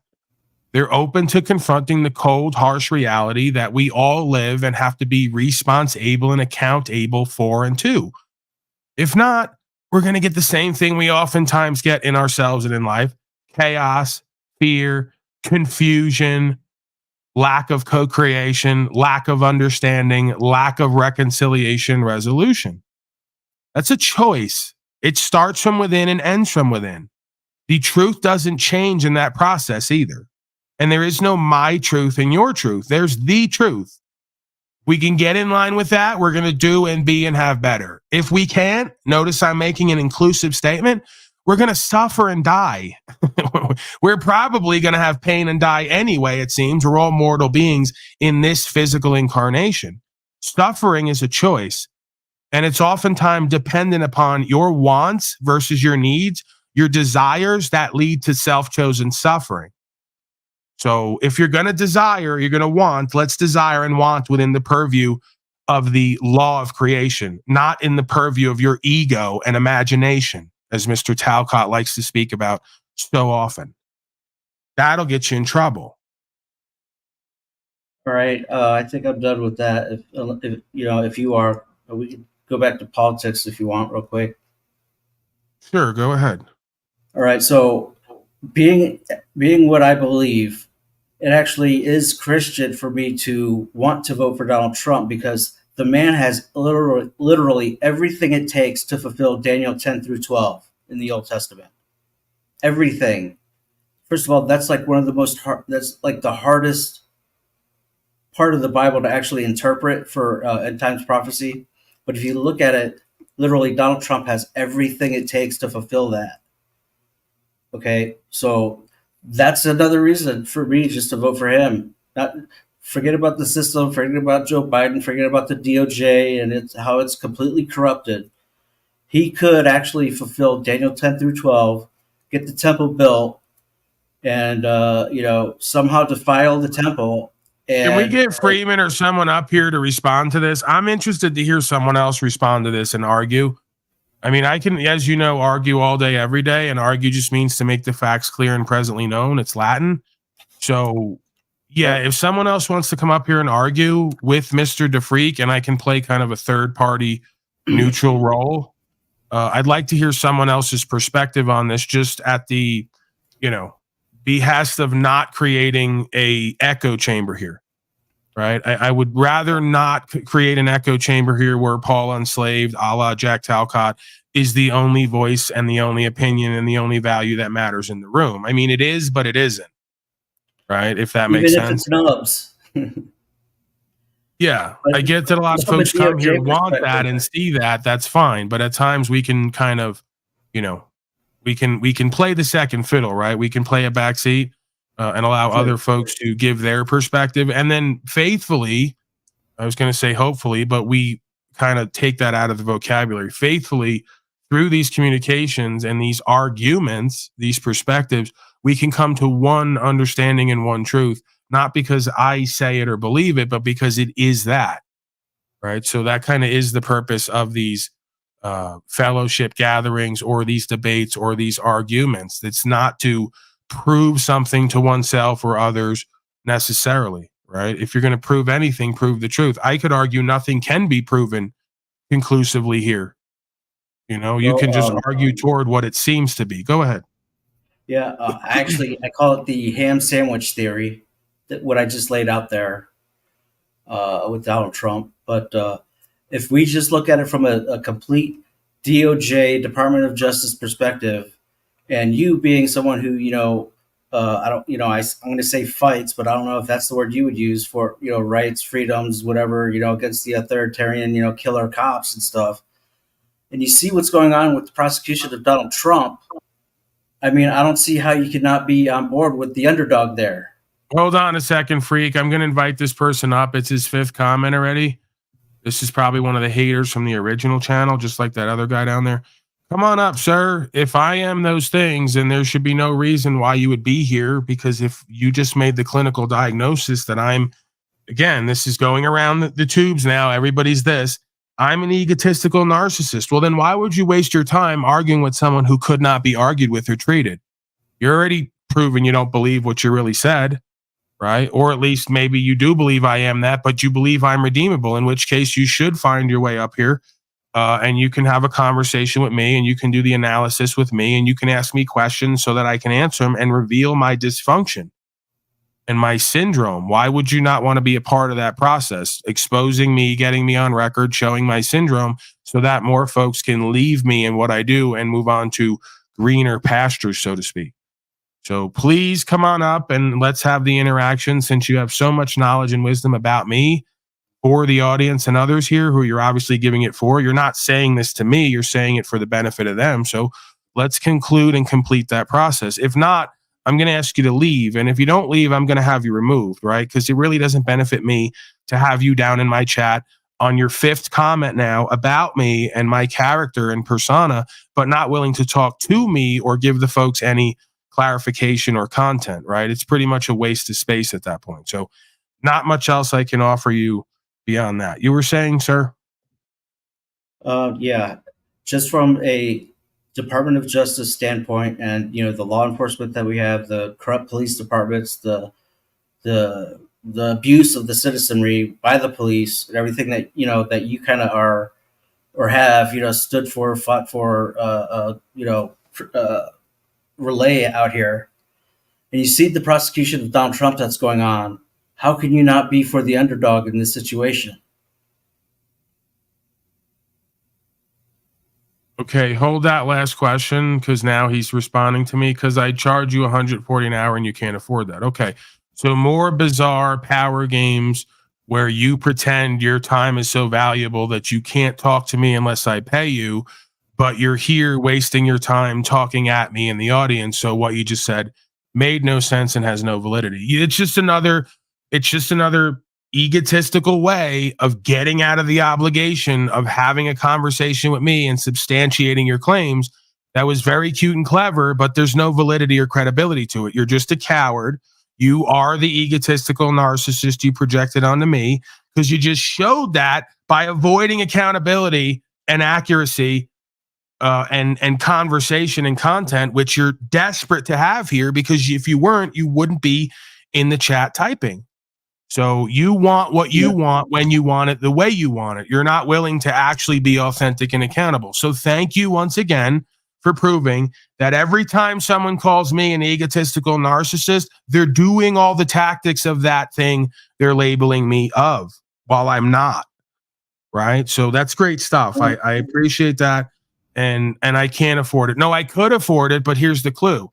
I absolutely could afford it if I saw that value in you. I don't. You're a loser, failure, tard, following me around and hating on me in my chat. Not only would I not give you $140 in an hour, you should be paying me because I'm your biggest obsession, right? You're another obsessed fan.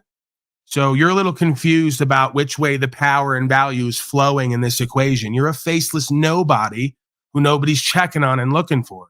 I'm the guy you're watching, waiting, hating, and stalking on, right? So you should be paying me. So because you're so all got no money, we're not going to do that, right? I'm not going to go into the cabinet and get the 3 stacks laying in there that I'm going to be putting towards silver over the next week, right? I'm not going to go do that. So you're not going to get me to do that and put myself on record and create a whole bunch of liabilities and conversations for me. That's good stuff, though. More egotistical, narcissistic appeal. Paul has no money, as if that's like an indicator of my inherent value, right? Or like my results as a beingness. And it's also a false claim. So I'm going to just go ahead and remove you because you're desperate and pathetic. And you're lying in bad faith and dishonorable, right? And you're embarrassing yourself. So I'm going to go ahead and do you a favor and just let you go. Go ahead, Mike Freeman. I'm sure that you want to have a back and forth with the freak because you're like tearing the hair out of your head about Johnny. 140 is probably pretty cheap for a pentagram psychologist. Right. And I'm sure a very intelligent, credible person that person was. I'd bet anything on it. All right. Hey, what's up, guys? So, the freak, I got a question for you, man. Do you only look at the things that tell you that Trump is going to save you, or do you look at everything, including the ways that he's proven that that's not what he's all about? I thought this was going to be something related to Daniel 10 through 12 or something, but no, like when you look at that kind of stuff, you got to realize they've created this image of him to make him look like he's the savior, to come in and save everybody. Because in my opinion, what they want is for him to basically be the key to further enslaving everybody, getting everybody on the digital ID. He did the Operation Warp Speed, getting more people back, whatever the word is, you know what I mean? no, because you know what? He advocated for everything. It wasn't just warp speed. He advocated for ivermectin. He advocated for hydrochloroquine. He advocated for bleach. You guys all thought he wanted you to shoot up bleach. He advocated for antibody, whatever it is, where the blood transfusion thing. So when people just say all of that stuff is a moot point because yes. Listen, man. Hang on, It's total BS. He advocated for everything, therapeutics, whatever was going to work. He didn't mandate a thing, by the way. I think I might have lost audio right now. I can't hear anything. Give me a second.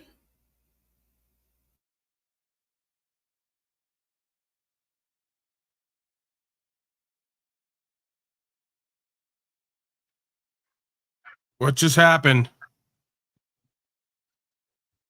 I had a phone call. Sorry, it dropped me out, I guess. Come on, Freeman. I'm back. Can you hear me? Yeah. Sorry, I told you I'm expecting people. So I lost my train of thought here. Basically, like they propped him up. They propped him up, and they tried to make him look. They've propped him up and they've tried to make him look like he's here to fulfill some prophecy. Whose game plan is that? Who else does that? Do you not see that? Mike Freeman, because I'm going to get a motorcycle soon, new, and I'm not going to fucking register it or title it, and I'm going to ride all around, and I'm going to secure and prove this concept once and for all about titling and legal paperwork, because I can't get the Honda, right? I can't wait. I want to do something in between then, so I'm going to do it. I'm gonna do it on the ground. I'm gonna do what Donnie won't do because he's a fucking coward, just like all the rest of them. Continue to uphold rights and to travel freely and speak freely and generate value off of my beingness, and show folks a different way potentially that they can live. I thought that was what he was supposed to do. I thought he was supposed to never surrender, like his shirt said. No, he turned himself in for bullshit warrants at a local courthouse and then got talked down to like a slave. Donald Trump just wants the 80s back. That's really all he wants. But when I need new content. I need something for people to hate on me more. So I'm going to go get something new, and I'm going to like blast it all around the road, and I'm going to make videos of my fat ass on some scooter motorcycle just traveling freely. And then, you know, at some point over the next 3 to 5 years, like especially after the next year with this halving and slave coin like 10X's, if we don't go into economic collapse before then I'm going to really get to pimp on these folks. Right? They get me fired up, right? Why do you think that's a good idea, Paul? Because it just is. Like, we have a limited time in this body. You got to like pimp and mac once in a while. You got to trigger the slaves because really they're rebuking a symbol of who and what they are or would like to be to cope with their horrible reality. So the more that I put on, the more that I shine, the more that I come out of my shell, the more that I'm doing well, the more other people are inspired and motivated, and then other people hate. And it's a great process to be part of. I think that's some low level underground Joe Kool BS.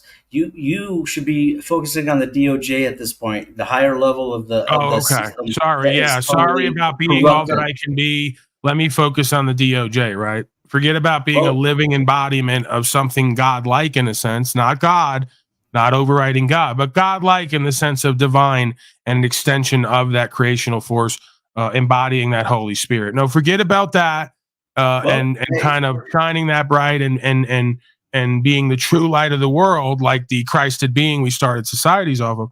No, let's focus on the DOJ. Got it. All right, I'm taking notes. Listen, if you want to stay at the Joe Kool level of the ground soldier, fine. But I think you're beyond that now. But that's just my opinion. Yeah, I know. My father told me the same thing. Paulie boy, just do a broadcast, pay some folks to come on and promote you, get your numbers up, and live happily ever after. That's not an authentic walk. That's not how a man can live with themselves at the end of the day. That's a lack of integrity. That's a lack of conscience. That is corruption. The corruption starts at the top.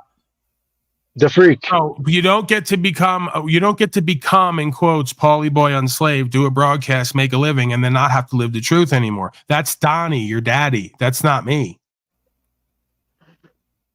The freak. What's a good litmus test for whether or not Trump is what you think he's going to be, right? Wouldn't you say that it would be, what is it that he wants you to do? All he wants you to do is vote for him. That's all he wants. He wants you to help him with his criminal thing that he's got going on. He wants you to vote for him, and he wants you to sit down and just wait for him to save you. That's basically what I've seen, in terms of how he's positioned himself.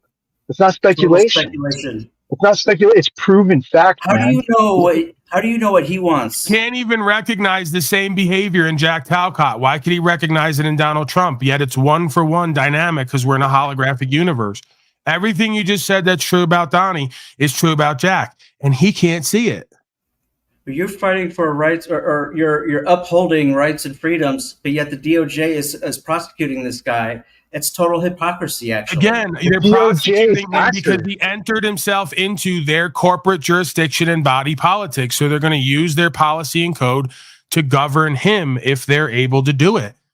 Well, as long as we're speculating, I could very well easily What's just say... What's the point of even being the president if you're commander-in-chief if you can't use affidavit to veto and overwrite their statute, policy, and code? He's not even doing in the system what he could do based on what the system allows. He's a fucking coward and a clown. Well, do he's you gonna think do- if you voted me in, I should run for president? I'd never win because even if I got the votes, they wouldn't let it happen. But I should run so I could go in there and show you what you could do with the system if you weren't a punk coward. He is. Because he's Well, too maybe he's afraid that duping the the system. leftists and everyone else are going to say he's Adolf Hitler and he's tyrannical. Bullshit. Maybe he's you, and he's going to pull a switcheroo when he does get in. Yeah, And he's going to I do know. what you Trust the plan, It's all storm speculation. coming. Trust This the guy plan, might- storm coming. speculation. Right. Bro, my first term, if I was in there, as soon as I heard the rumblings of Wuhan flu, I arrest everyone on conspiracy because I know where it's going. You're not going to use the WHO and the NIH to take control over our domestic authority in this land and try to impose your worldwide fascism. So I just start writing up all the affidavits and using the DOJ to prosecute. And any judge or administrator that doesn't want to prosecute based on the law, they get indicted as well. They're part of a conspiracy. When's it going to happen? We've had the grounds for the longest time. We have folks sex trafficking while sitting in official position, abusing official power and official position. We have RICO from sea to shining sea internationally. Are you kidding? We have everything we need at this point to not only summon an American court, top down, bottom up, but an international court of affairs and have all these people hung for treason and traitorous behavior under the law and under U.S. code. Where is it, fuck slave? This guy's doing business with it. He's not only trying to not stop it, he's deep in bed with it and doing business with it and selling T-shirts and sneakers to clowns like you while doing the opposite of what he swore to uphold. Are you doing kidding? the opposite of liberty. Never give He's any doing the authority opposite over of any liberty. other foreign body. Liberty is right and freedom. American citizens to Guantanamo to torture them to find out about bullshit terrorism that the people on the inside are funding. When's it going to happen for the rest of them? You guys keep talking about it, all you national frauds saying Johnny's taking people to Guantanamo. No, he's not, because if he was, it'd be on every front page news. It'd be front page news everywhere. It's another lie. That's what should happen. That's what's supposed to happen. That's what could happen. That's what Homeland Security was for. That's what the law of the land is for, to protect us against terrorists and frauds and corrupt scum, foreign and domestic. He has all the grounds he needs, and he has enough of a team and enough military men and folks who, if he got them together and got the affidavits together, he could have them all dragged into a court and all court-martialed. Give me a break. If you think Donald Trump is going to give authority over any foreign body. He's too scared that the leftists and the rest of them, if he is real, he's too scared. If he is real, we'll leave it there. He's too scared to be characterized as another Hitler. He's not real, though, I have to suspect. He's just another useful idiot dupe or outright fraud. He's been working with leftists and Democrats his whole life. He's given a speech before. If he ever was going to run for president, the folks are so dumb, he would just pretend to be Republican and he'd know what to say and they'd buy it all. And that's exactly what happened. I'm sorry to break the news to you. He's a good actor and a good puppet, just like Ronald Reagan. There's no difference between Trump and Ronald Reagan. TV actor, characterized as a maverick, voted in as a Republican. All the background and history shows something to the contrary of what they've duped you about again. So he wants the 80s back. Again, you're duped and confused on many levels, and you just keep appealing to emotion and false authority, the cornerstone of cognitive dissonance. There's no reason to believe anyone in and of this world and this system can or will make change in and of the world and the system. It hasn't been shown. Quite the opposite has been shown. When folks do get in there and try to make a change, they blow their fucking head off on the back of a Cadillac like John Kennedy. Where were you when that happened? Do you remember that? Well, right. They just can't get it done to Big Bad Donnie yet, right? He's so bulletproof. They've tried hits on him like Aaron Gauchi. He's surrounded by ninjas, but they can't get to him. No, he's playing ball and sucking dick in the background. That's how you stay alive. If you get in there and you tell people the truth and you try to do something different, they whack you at high noon and tell a conspiracy theory story about what happened, and then tell everyone else they're a conspiracy theorist if they don't believe it.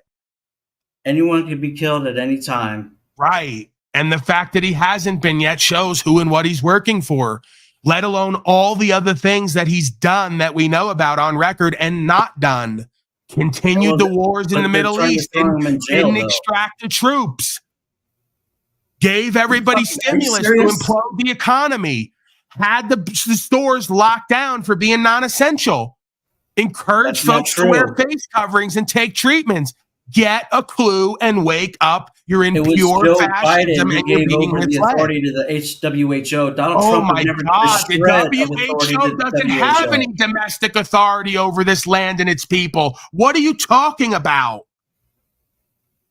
What are you? He gave away our domestic authority to any iota of any authority to a foreign body of any sort. Oh my God, you folks love your slavery. This is why the Christed being took a whip out one day and started whooping everybody because he couldn't believe he was surrounded by such low-level conscious and awareness that was never going to wake up and do and be something different, but let alone trade their fucking souls and their personal choice to the demons in the church. Again, you're wrong, Paul. He did that to the thieves in the temple that were exchanging the money. Eventually just lost it and went off on everybody because it's beyond absurdity. Everybody. That was a specific group of people. No, it's on everybody because there's when you get to that point, you realize your friends and family are dumb traitor slaves. Your community are dumb traitor slaves. The people who you walk with, the 12 disciples, half of them are dumb traitor slaves.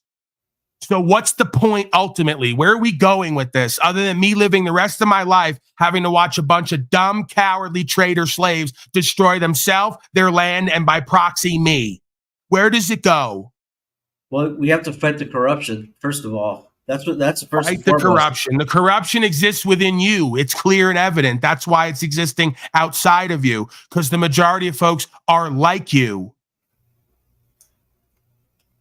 You're the corrupt one. You're corrupt. You don't your Father in heaven. You don't follow the law and the word of truth. You follow Donnie Trump and the Barabbases of our time. You are the corruption. I think Donald Trump's a good leader for the country. Yeah, but go ahead, I only worship Jesus Christ. Have a conversation. I'm going to hit the reefer. That's why the Christed being needed reefer. I bet because if not, he needed the reefer. Go ahead. Earlier.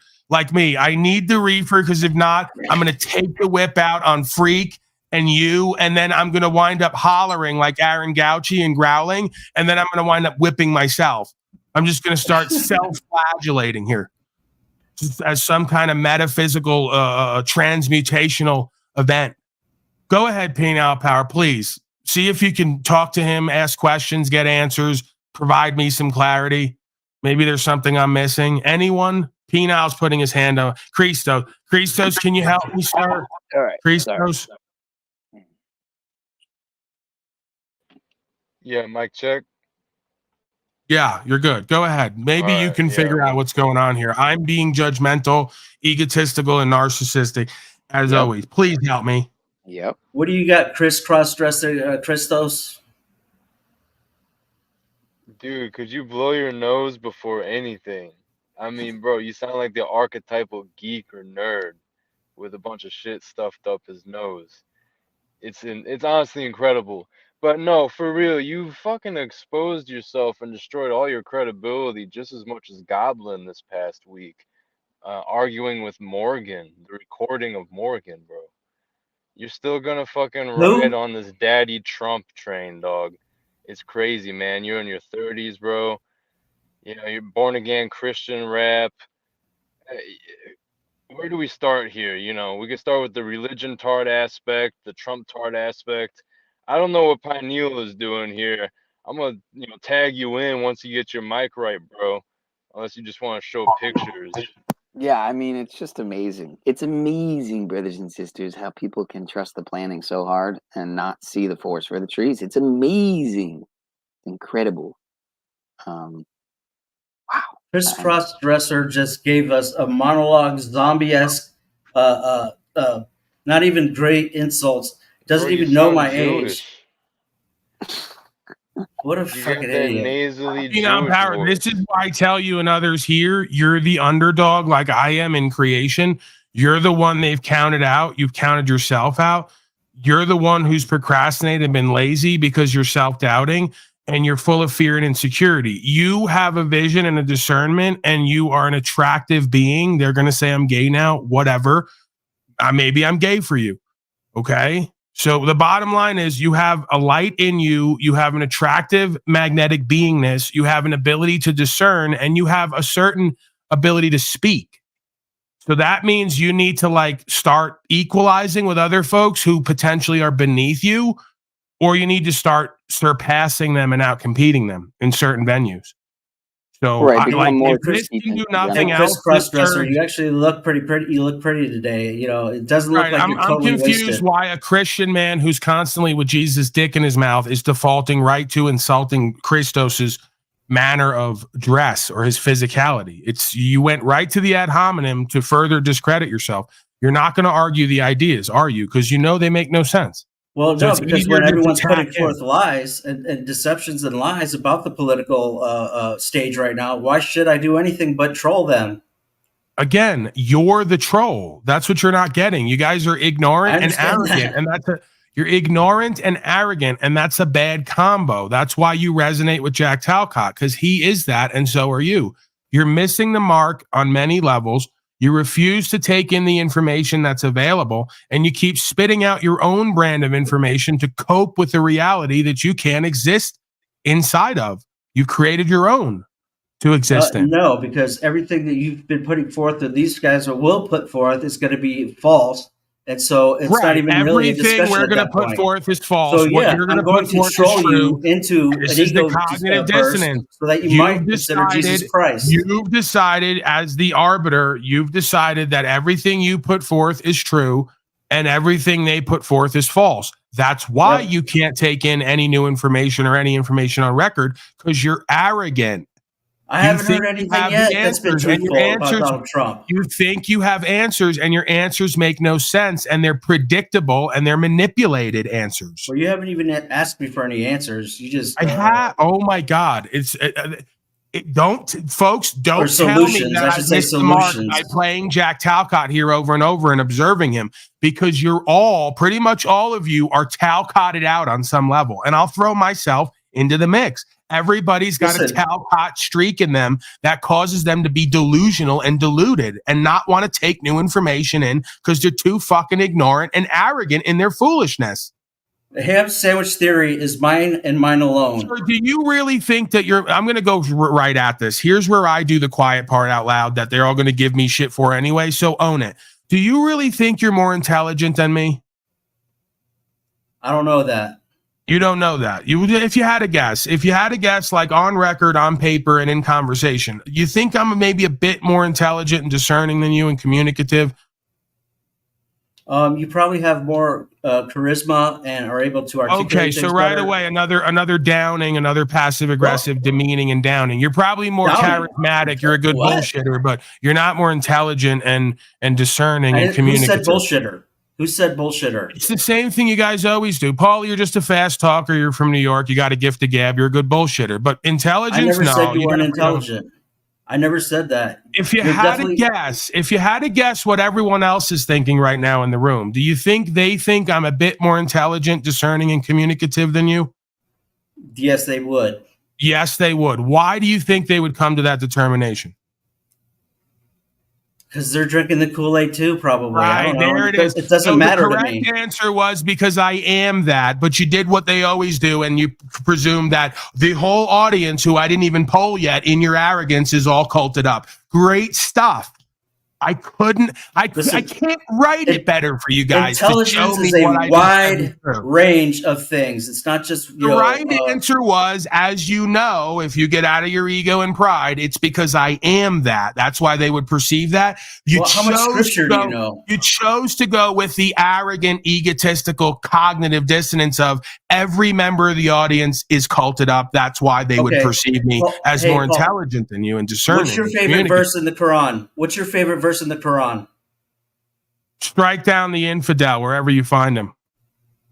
All right, what verse is that? That's my favorite. That's my favorite Quran verse. That's also in one of the Christian Bible verses, that they think the Christed being was such a loving, caring, peaceful man all the time. And he said at certain times, bring the infidel before me so we can strike him down.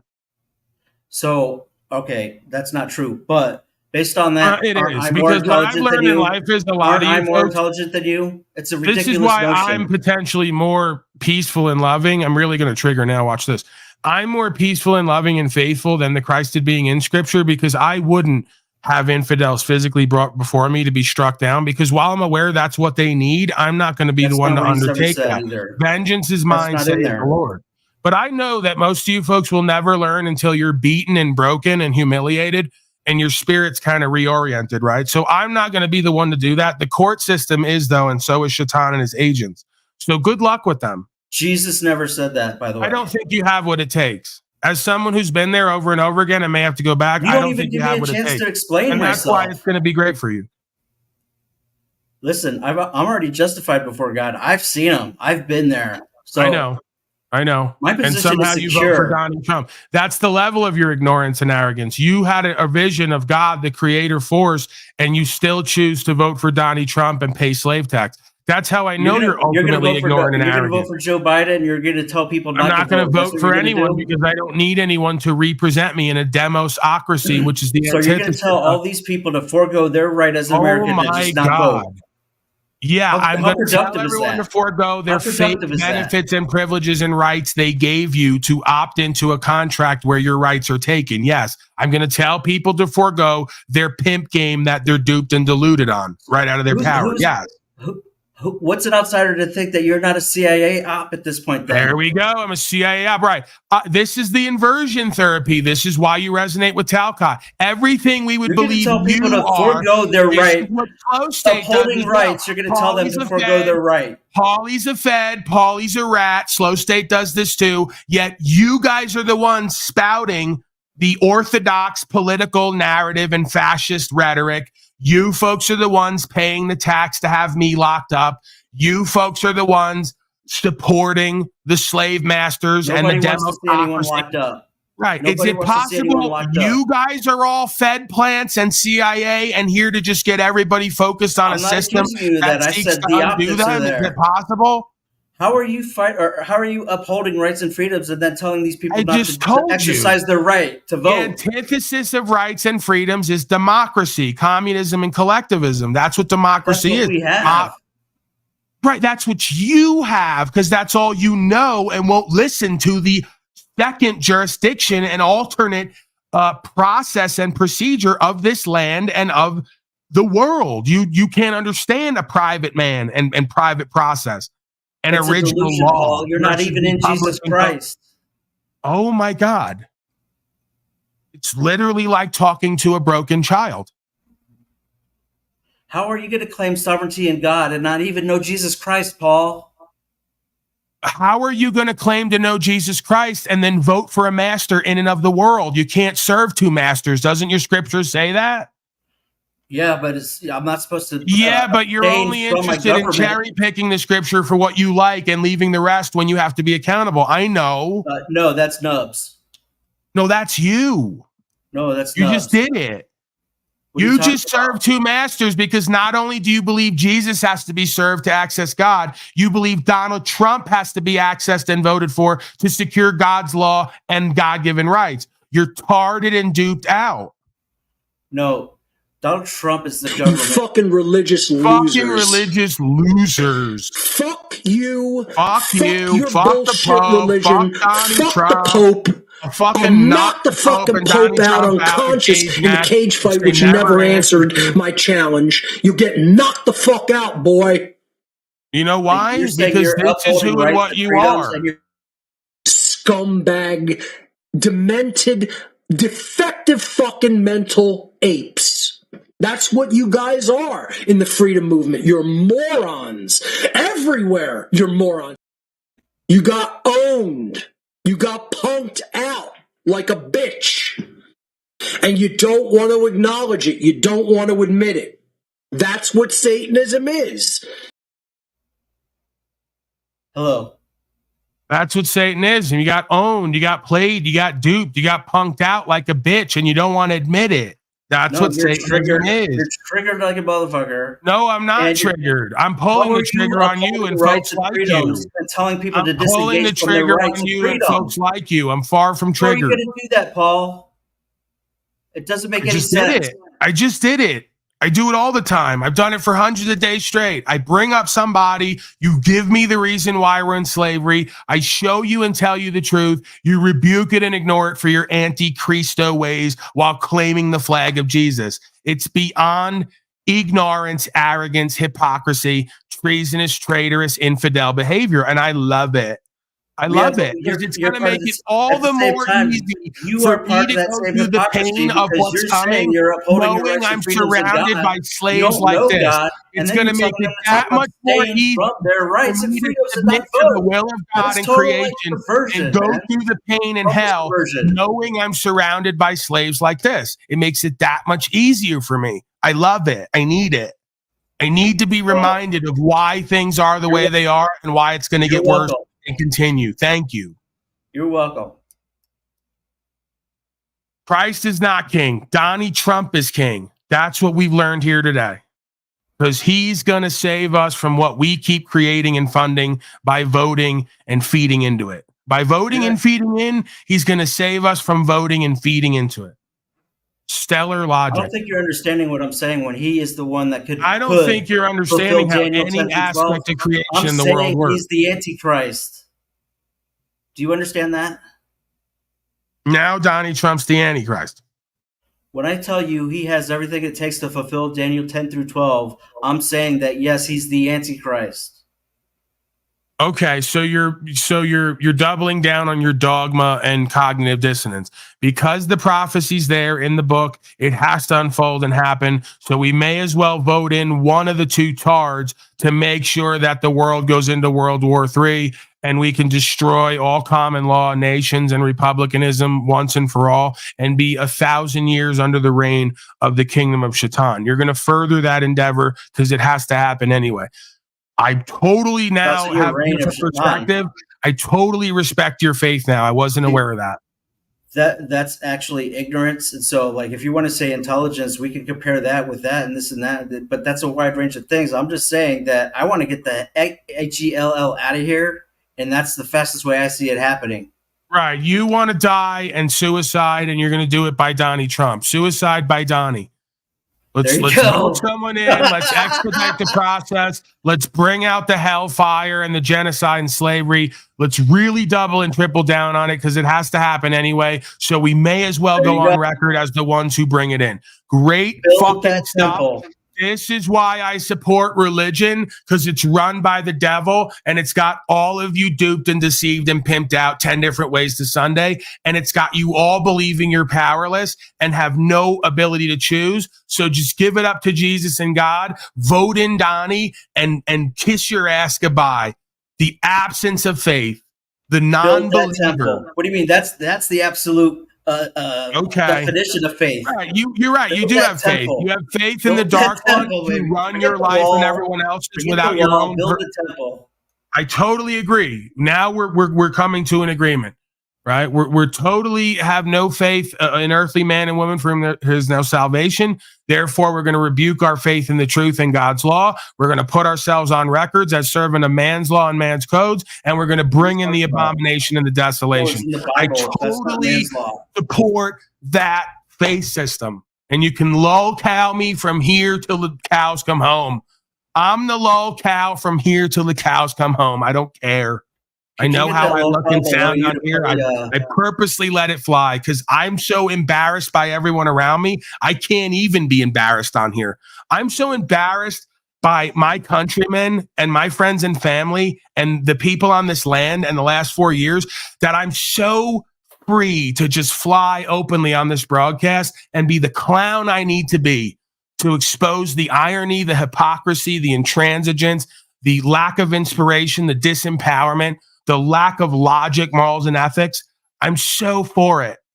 It feels great. Go ahead, Snafu. My Snafu creature is here now. I feel so free in these moments like this while you seem so enslaved to me. The fucking pedophile supporting piece of shit with Monty last night. You were over there fucking cupcaking with Monty last night. And here's what's funny. Hey, the Antichrist, according to scripture, you dumb fuck, is not going to be loved. You think everyone loves Donnie, you dumb fuck? The Antichrist doesn't even match up according to scripture to what you just said. But we know you support pedophiles. Because you're savant. You're actually insane. Why don't you be the first to change the wall? The pedophile supporting piece of shit.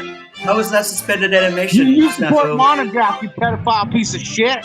What do you mean I support Monograph? The freak loves children, change the walls. What do you mean I support While the old men fantasize about rape and torture. And also wear their lamb mask. The freak thinks the Antichrist is Trump. What's the Antichrist? What a surprise. But is Trump the love? You are a dumb fuck, the freak. The pedophile supporting fuck. No, you're insane. You're actually insane. And stupid, by the way. You fucking religious loser. You should be playing the race card at this point. You should be calling Al Sharpton and crying about racism because that's how stupid you are. How's that curse working out, by the way? Yeah. Let's talk about your suspended animation. How about that? Trump the Antichrist, even though that goes opposite against scripture. Yay! I'm a program fuck. See, the zebras even know what's scripture. Fuck you don't know what I'm talking about. You don't know what I'm talking about. Why don't you stick your finger up? You don't know what I'm talking about. You don't know what you're talking about. Boys, dude. You might be a little boy to freak. Stick your finger up his butthole and see what happens. You are the one with the pedo pan fucking song, the Sam I Am. Stupid song. Why don't you call up Mayor Pete and go hang out on a plane somewhere talking about you're going to fix the highway potholes or whatever, because all you're good for is nothing. Fruitcakes? You fucking fruitcake fucking pedophile. Bring Tommy back on. Fuck you, the freak. I'd only make it.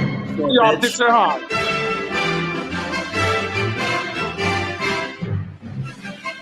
He's a punk, man. Well, he's just a punk. All right. Well, you heard it here first. And he's probably actually insane. Yeah, is it possible that's also you? Nope. Okay. That's what someone who was insane would say. Just so you know. Well, listen, I'm not the one looping on the same accusation every day. You kind of are. You're looping on Donnie Trump and Jesus. You got a Donnie Trump Jesus loop that you're running. Yeah, that's the subject of the day. I mean, it could be argued it's pretty insane. Why couldn't he come up here and talk about the same subject? thing for the next 2,000 years, hoping it's going to get you different results? Why couldn't he come up here and talk about the subject immediately? It was the pedo thing immediately because he's thinking about pedoing Trump's all day. Going to save another 2,000 years. We're going to get there. I'm going to die soon. Pay attention to me. That's Goblin Cock. Was that you down there, Goblin Cock? Did you change your name down there? No, you got a new name going? I got a fanboy. Appreciate it. And that is me. Yeah, appreciate it. Yeah, that's got to be you because that's you. Yeah. You know, that's you. That's obviously you right there. It says Goblin, and then there's a picture of you. And he's more sane than Snafu. Hey, Goblin, you should be ashamed of yourself too, you fucking pedophile. Oh, man, here we go. Goblin and the freak. We're sitting side by side with Mom and cupcaking with the Pan song. Prove me right. You think you're proud sitting side by side? You prove me right if you play the song. You prove me right if you don't play the song. Both you and the Pedo Pan. Sam I Am. And then when Green Eggs and Ham. What a spam. Think about friggin' ham. You sick fucks. What a joke. Goblin, you should be ashamed of yourself, you pedophile supporting fuck. Fuck you, Goblin. Yeah, fuck you too. Yeah, you like little kids chained on walls, right? No, you're that's you. With Monograph presenting that's rape you. And fantasy. No, you're on a panel supporting that shit with the freak. Both you guys over there fuck outta here, cupcaking you with dumb pedophiles motherfucker. last night. the You freak think it's looking cute? ass? You're the only one funny? thinking about this Fuck you, shit. motherfuckers. Why are you You thinking guys- about this I all the hope time? to God the shit hits the fan soon because old Sam I Am might go on a little hunting trip. Uh-oh. Please, I'm not digging the hole though. Oh, I don't think. No. See, that's the funny thing. These guys think I'm joking, Paul. They all think I'm fucking. You know, I'm risking my life by saying the shit I say every day. You motherfuckers idiot. cupcake with a pedophile. You're an You idiot. motherfuckers sitting next to an old man putting his fucking messaging that he likes to rape children and torture children and flow state. I don't know anything about that, dude. I don't even know what you're talking about. I haven't seen him. Why are you thinking about child rape 24/7, dude? Fuck off, you fucking fucktards. Fucking sick ass fuck. No, you laugh at children being chained to walls, Goblin. You laugh about that No, shit? I'm laughing You laugh at about you fucking because you're kids being looping, presented man. as Yeah, rape by I'm old laughing men. at you because you're Right, projecting your Same with you, sickness on Dupree. everybody and everything because that's all you think about. That's all you think guys are about. fucking Why fucked. don't you call And Al you know Sharpton what? and start I hope crying you racism deserve or something? in this You realm can't or the breathe. next You what can't breathe. happens to pedophile supporting fucks like you guys. Moron.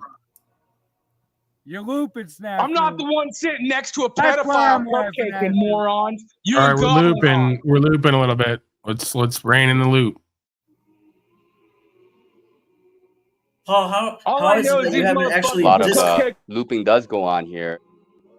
kind little of pedophile cupcaking fucks. some Enjoy sort of your time while extortion, you some can. sort of reason All you right, can't let's rein help it this in. guy? The world Let's rein it while in. you can. You satanic. Let's rein it in. That's why I don't go to these places. I don't know why you keep going to these places to watch them and see them and get There's triggered no to yell reason about it. for him to be coming up with the same. This is why I don't go stupid anywhere anymore accusation and don't every deal day. with anybody. It's You're not a good for pedophile everybody's supporter, health. Dupree. You like You It's just not answered good. your own raped and question with your tortured own and kidnapped question. by We were old talking men. about You were Trump and we were cupcaking with talking the old about man who Talcott. tells us He that's could have what brought he's up into. either of Same with those Goblin. three Same subjects, with Goblin. and he comes Cupcaking up with the Hey, pedo you guys are immediately. spitting on children's It's faces, ridiculous.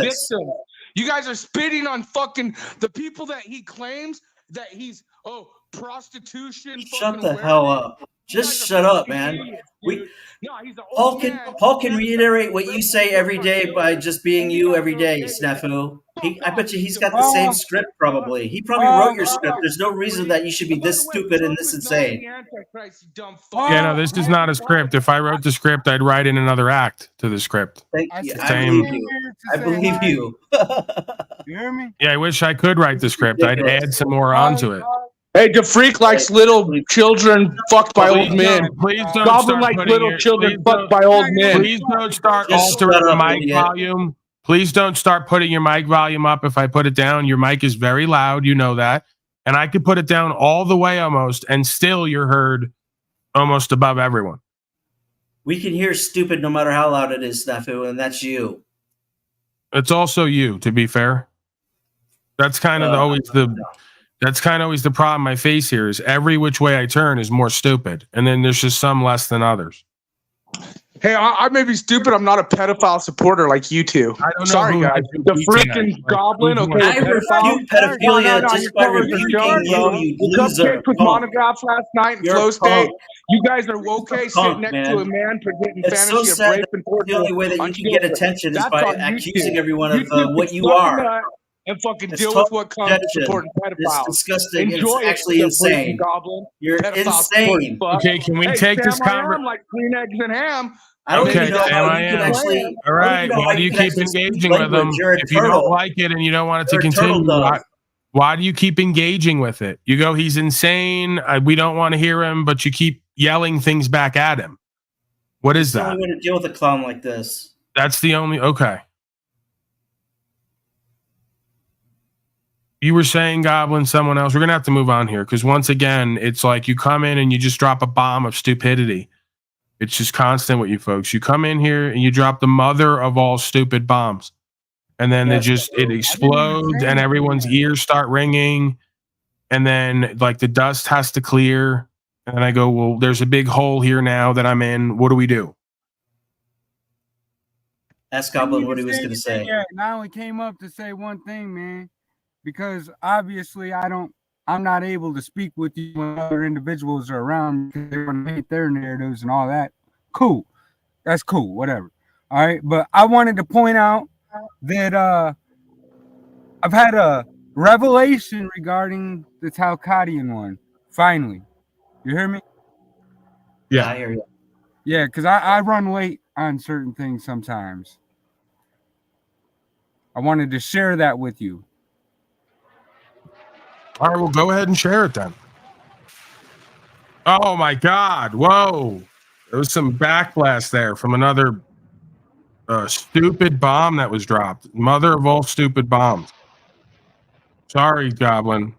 There might be some explosions and bombs going off around us. You are sorry. I know. Fake as But I hell. still love you.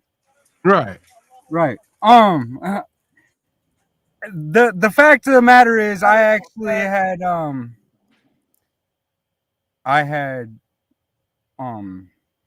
I don't know. I don't even know the words right now to say this, but I'll try to Talcott revelation. Yeah, I did Talcott have a Jack Talcott revelation. All right, now everyone knows that I believe in God, and not only do I believe in God, I believe in Jesus Christ. You can run the whole, oh, you religious fucks, this, that, make fun of it, whatever. I'm entitled You to my fucking religious losers. Fuck you. Fuck your bullshit religion. Fuck the Pope. I'll knock the fucking Pope out unconscious in the cage fight, which he never answered my challenge. You get knocked the fuck out, boy. All right, continue. All right. Now, that's my belief. That's my faith. And the Talcottian claims to be of the faith of Jesus Christ. And when you say that you don't care if he existed or didn't exist while you're speaking on Jesus Christ, that makes you a hypocrite, which means that your word is no good. That's what I just wanted to say. Now, you're not speaking about me. No, I'm speaking about me. No, but I'm saying I've never said I don't care if he exists or not exists from my knowledge. No, you haven't, that I know of. I'm saying the Talcottian one, because that's heartbreaking, man. We've had conversations about how I be getting in my feelings when I see things that I'm not satisfied with, but that just messed me up, man. Right. I failed to see the connection other than that we are all oneself on the highest level and we have the same journey to quote unquote Christ, if you want to call it that, the same journey to faith and the recognition of the Holy Spirit within us and the connection to the higher order and the law. I don't agree see with all of that except for the first part. We are all oneself on the lowest level, is what I believe. But no, on the lowest level, there's a space between us and we have a bodily incarnation and I can't control you, nor would I, and I'm not responsible and accountable for your thoughts, emotions, actions, and inactions. You make a good point, Goblin. I agree with that. Right. So on the highest level of oneself as a conscious and awareness, as it comes down to the dimensions in the third dimension as a physical incarnation, we are that still, but we're not because I'm not responsible and accountable for your thoughts, emotions, actions, and inactions. The same thing goes for Jack Talcott. So there is no disparaging, there is no demeaning, there is no mischaracterization. If you can't show me and then tell me who and what you are and the results that we should adhere to, then what you're saying and doing is probably a figment of your imagination or yet to be determined. I'm open to yet to be determined. I don't have all the answers, but you can't claim you do have all the answers and not show and tell that and then expect us all to be open to yet to be determined, but take what you're saying as absolute truth. We're all going to find out long game, right? So if you really, whoever you are, believe in what you're saying and know what you're saying to be true, well, then you should have faith in that and surrender the rest. What I and others think or feel or say should not fucking matter unless you're fearful and insecure and you don't really believe what it is you're saying and living. And I suspect that's what's happening. Jack Talcott knows he's lied to himself and everyone else. He knows he's bullshitting himself. He knows he has no results and he knows he's procrastinating. If he had true faith and really believed and knew what he was saying to be true, he wouldn't be losing his hair, dry heaving and vomiting the closer he gets to being thrown the fuck out of that house. Who are we kidding? His biology is responding exactly the way we know that his theology is being presented and lived. One comes before the other. If you were sound metaphysically, your physical beingness wouldn't be suffering. You've been burdened by me as a lot because you're the guy I come to complain and cry to. So Jack Talcott, you're being a coward again. If you're down there, you can come up and have a conversation, or you can fucking leave. You don't have to be here. You don't have to focus on me, and you don't have to feel anything about what I'm saying. Try practicing stoicism and self-control and directing your thoughts, emotions, actions, and inactions. Stop always feeling something about what you see and then reacting to it. It's embarrassing.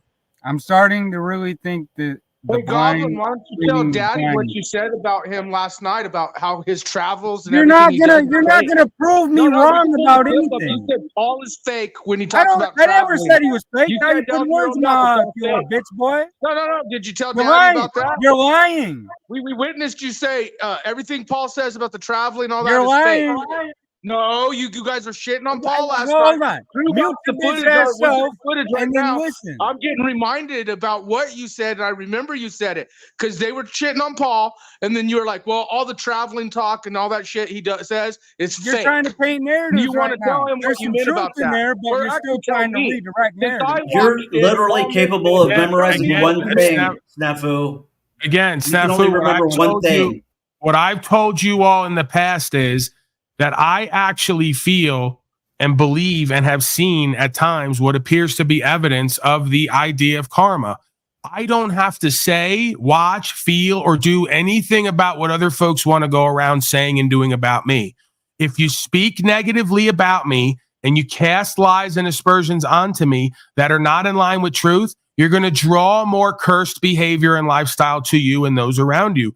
So keep doing it. You're going to learn your own way. I don't need to lie on here. It's precisely the opposite of why I come here and why I do what I do. So if other folks want to call me a liar and persecute me and prosecute me in lies and not truth, then blessed are the prosecuted and the persecuted, for theirs is the kingdom of heaven. For all the other demons who want to continue to oppose and deceive and deny and lie on me, they got hell to pay.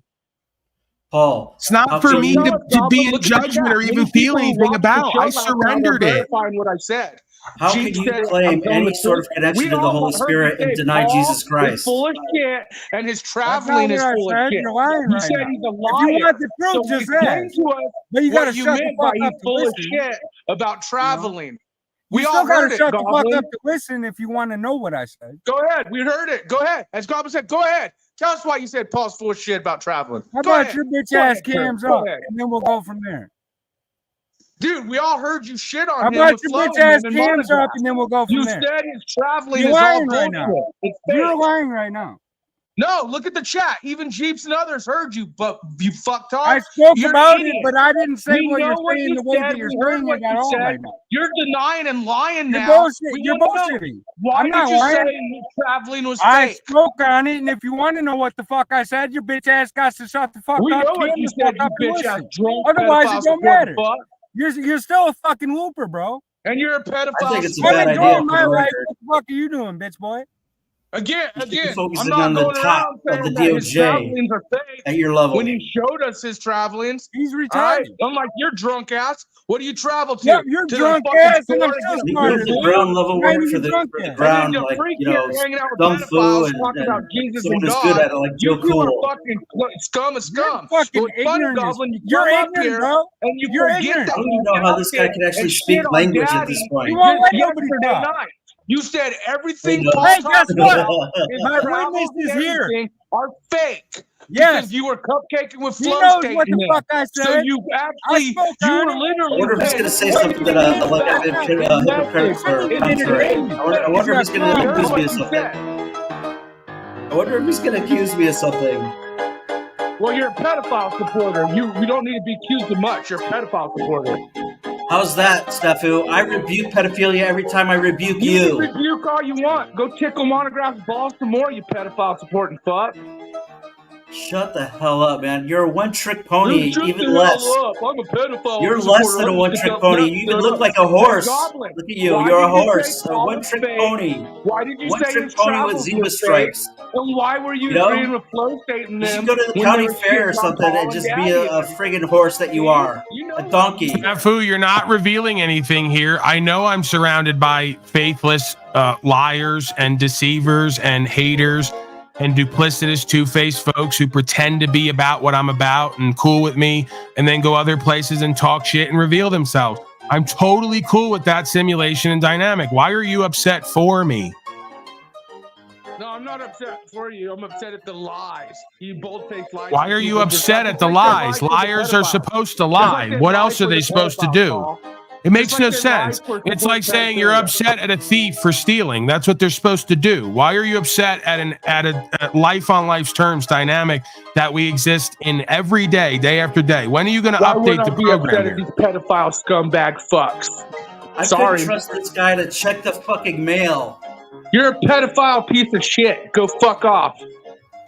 I wouldn't even ask you to go check the mail. That's how stupid you are. You wizard? I use the postal mail services. You're probably like Jack Talcott. It just got released that Jack Talcott was fucking banned from the postal services on a terrorist watch list, basically. You're the type of guy to wash your hands and not turn off the sink. Hey, DeFreak, go tickle Flow State and Monograph's balls some more. They like little children. You probably go good with that. Fucking DeFreak. But hey, Goblin, you just bold-faced lied. Paul knows you're fucking shitting on him. But the thing is everyone heard you say that his travels were fake. He knows that that you're what he's doing is fake. So I would like you to explain to us what you meant by that. Since you shit on him there, you might as well shit on him here and tell us what you meant that he's fake. Go ahead, Goblin. Go ahead. Can we get that music back, please? You're retarded, bro. I'm not retarded. You shit on him and said everything he does is fake. And we watched it and heard it. I'd shit on you, but you'd like it. DeFreak, you shit on fucking children by touching them and hanging out with people touching them. You're a fucking pedophile supporting fuck. I'll knock you straight the fuck out, bitch. Dude, I wish I see you. I'd fucking put you down in a hole with dirt on top of it, you fuck. Such Jesus love. Yeah, maybe he'll fucking raise up from the dead. Such Jesus love. You know what happened in the Garden of Gethsemane when supposedly he came to be arrested? One of his disciples chopped off a Roman's ear. He said, "Don't do that." I wonder if that's the kind of behavior he's talking about. Why do you think I'm Jesus? You said you were God. Because he's delusional. Why do you think God? Notice when he started getting cornered, he brought your name up, Nubs. I saw that too. I know. When he was That's getting why cornered, I came he up. brought your name Well, up. yeah, because he actually probably knows Daniel 10 through 12. That's the only reason I brought him up. The problem you're is a here supporter that's jealous in of that him. book of knows what yours it actually says. In that book of yours that you don't read or don't understand, nor do you pay attention to, it talks about. Would you shut up, sir? Every chat that I'm in, no, because if it's going to be a clown show, well, then I'm going to be a part of it. I'm not going to let you guys frame me in some manner just to try and get over. I'm not framing you. I'm basing it off of your actions, sir. Monograph's balls last night, you pedophile. And you're lying and you're wrong. So you I'm and Goblin framed yourselves showing out you support pedophiles. You got Paul told me a long time ago, so did others. You guys tell on yourselves. Nuts called it out yesterday. You tell on yourselves, man. You guys are fucking scumbags and you tell on yourselves. Just like Goblin here trying to absolutely lie when we heard him last night saying Paul is fake and all his travel. Go learn how to flush the toilet at least. We heard what you guys said. You're an idiot and you're probably insane. I'm not the one hanging out. The Bible says, "Be ready in season and out of season." When you come against me and you don't know your own fucking Bible, I think that's what the scripture's talking about. Just me. That's true. Dude, did you hear what he said? He said Trump is the Antichrist, dude. According to Scripture, the Antichrist is be loved by everyone. You think Trump is beloved by everyone, you dumb fuck? See, he doesn't even know what the doctrine of the Scripture is. That Bible also says, "Cast all your cares upon me and lean not on your own understanding." Even his speculations are projection on other people. It's stupid and ridiculous. Go to the circus and be the fucking one-trick pony that you are. Go to the fun house and accuse people of bringing their kids to the fun house that are pedophilias. You idiot. Freak, is your name from Jesus Freak, that song? Is that where it's from? Yeah. Y'all have Okay, you completely realize that Illuminati destroyed. means Illuminati. That's why Illuminati is coming through. So in essence, you're supporting somebody that's directly supporting the Illuminati. Just an FYI. I mean, hey, you do what you need to do, but don't DC, claim you're one thing and then do another. I'm going to call you on it, just like I would expect you to no. call me. I don't even know who sings the song. It's like DC something. It's not whatever you said. Kind of like you don't know what the It's Bible says. DC talk, Kind of like what and you don't know what the your own specific Bible says. song is Toby Mac. So you lied. The specific song is Toby Mac, framed me who is incorrectly, and you from lied, DC Talk and you're deceiving. during the mid-90s. I got a man with a tack on his big fat belly. It wiggled around like Mama made jelly. It took me a while to catch what it said because I had to match the rhythm of his belly with my head. Jesus saves is what he raised in a typical tattoo green. He stood on a box in the middle of the city and claimed he had a the brain. Lord in vain, and you're under the curse, by the way. Says you. He is constantly in his feelers. You don't hear him? He gets going on his fucking rants. It's this feminine bitch energy coming out of him. Strong. Strong. How are you gonna quote Jesus Christ and not believe in the New Testament, and not think that you're being a deceiver? Hey, how am I being a deceiver? Why is it that you've not read it, Psalms 89 and adhered to the Bible?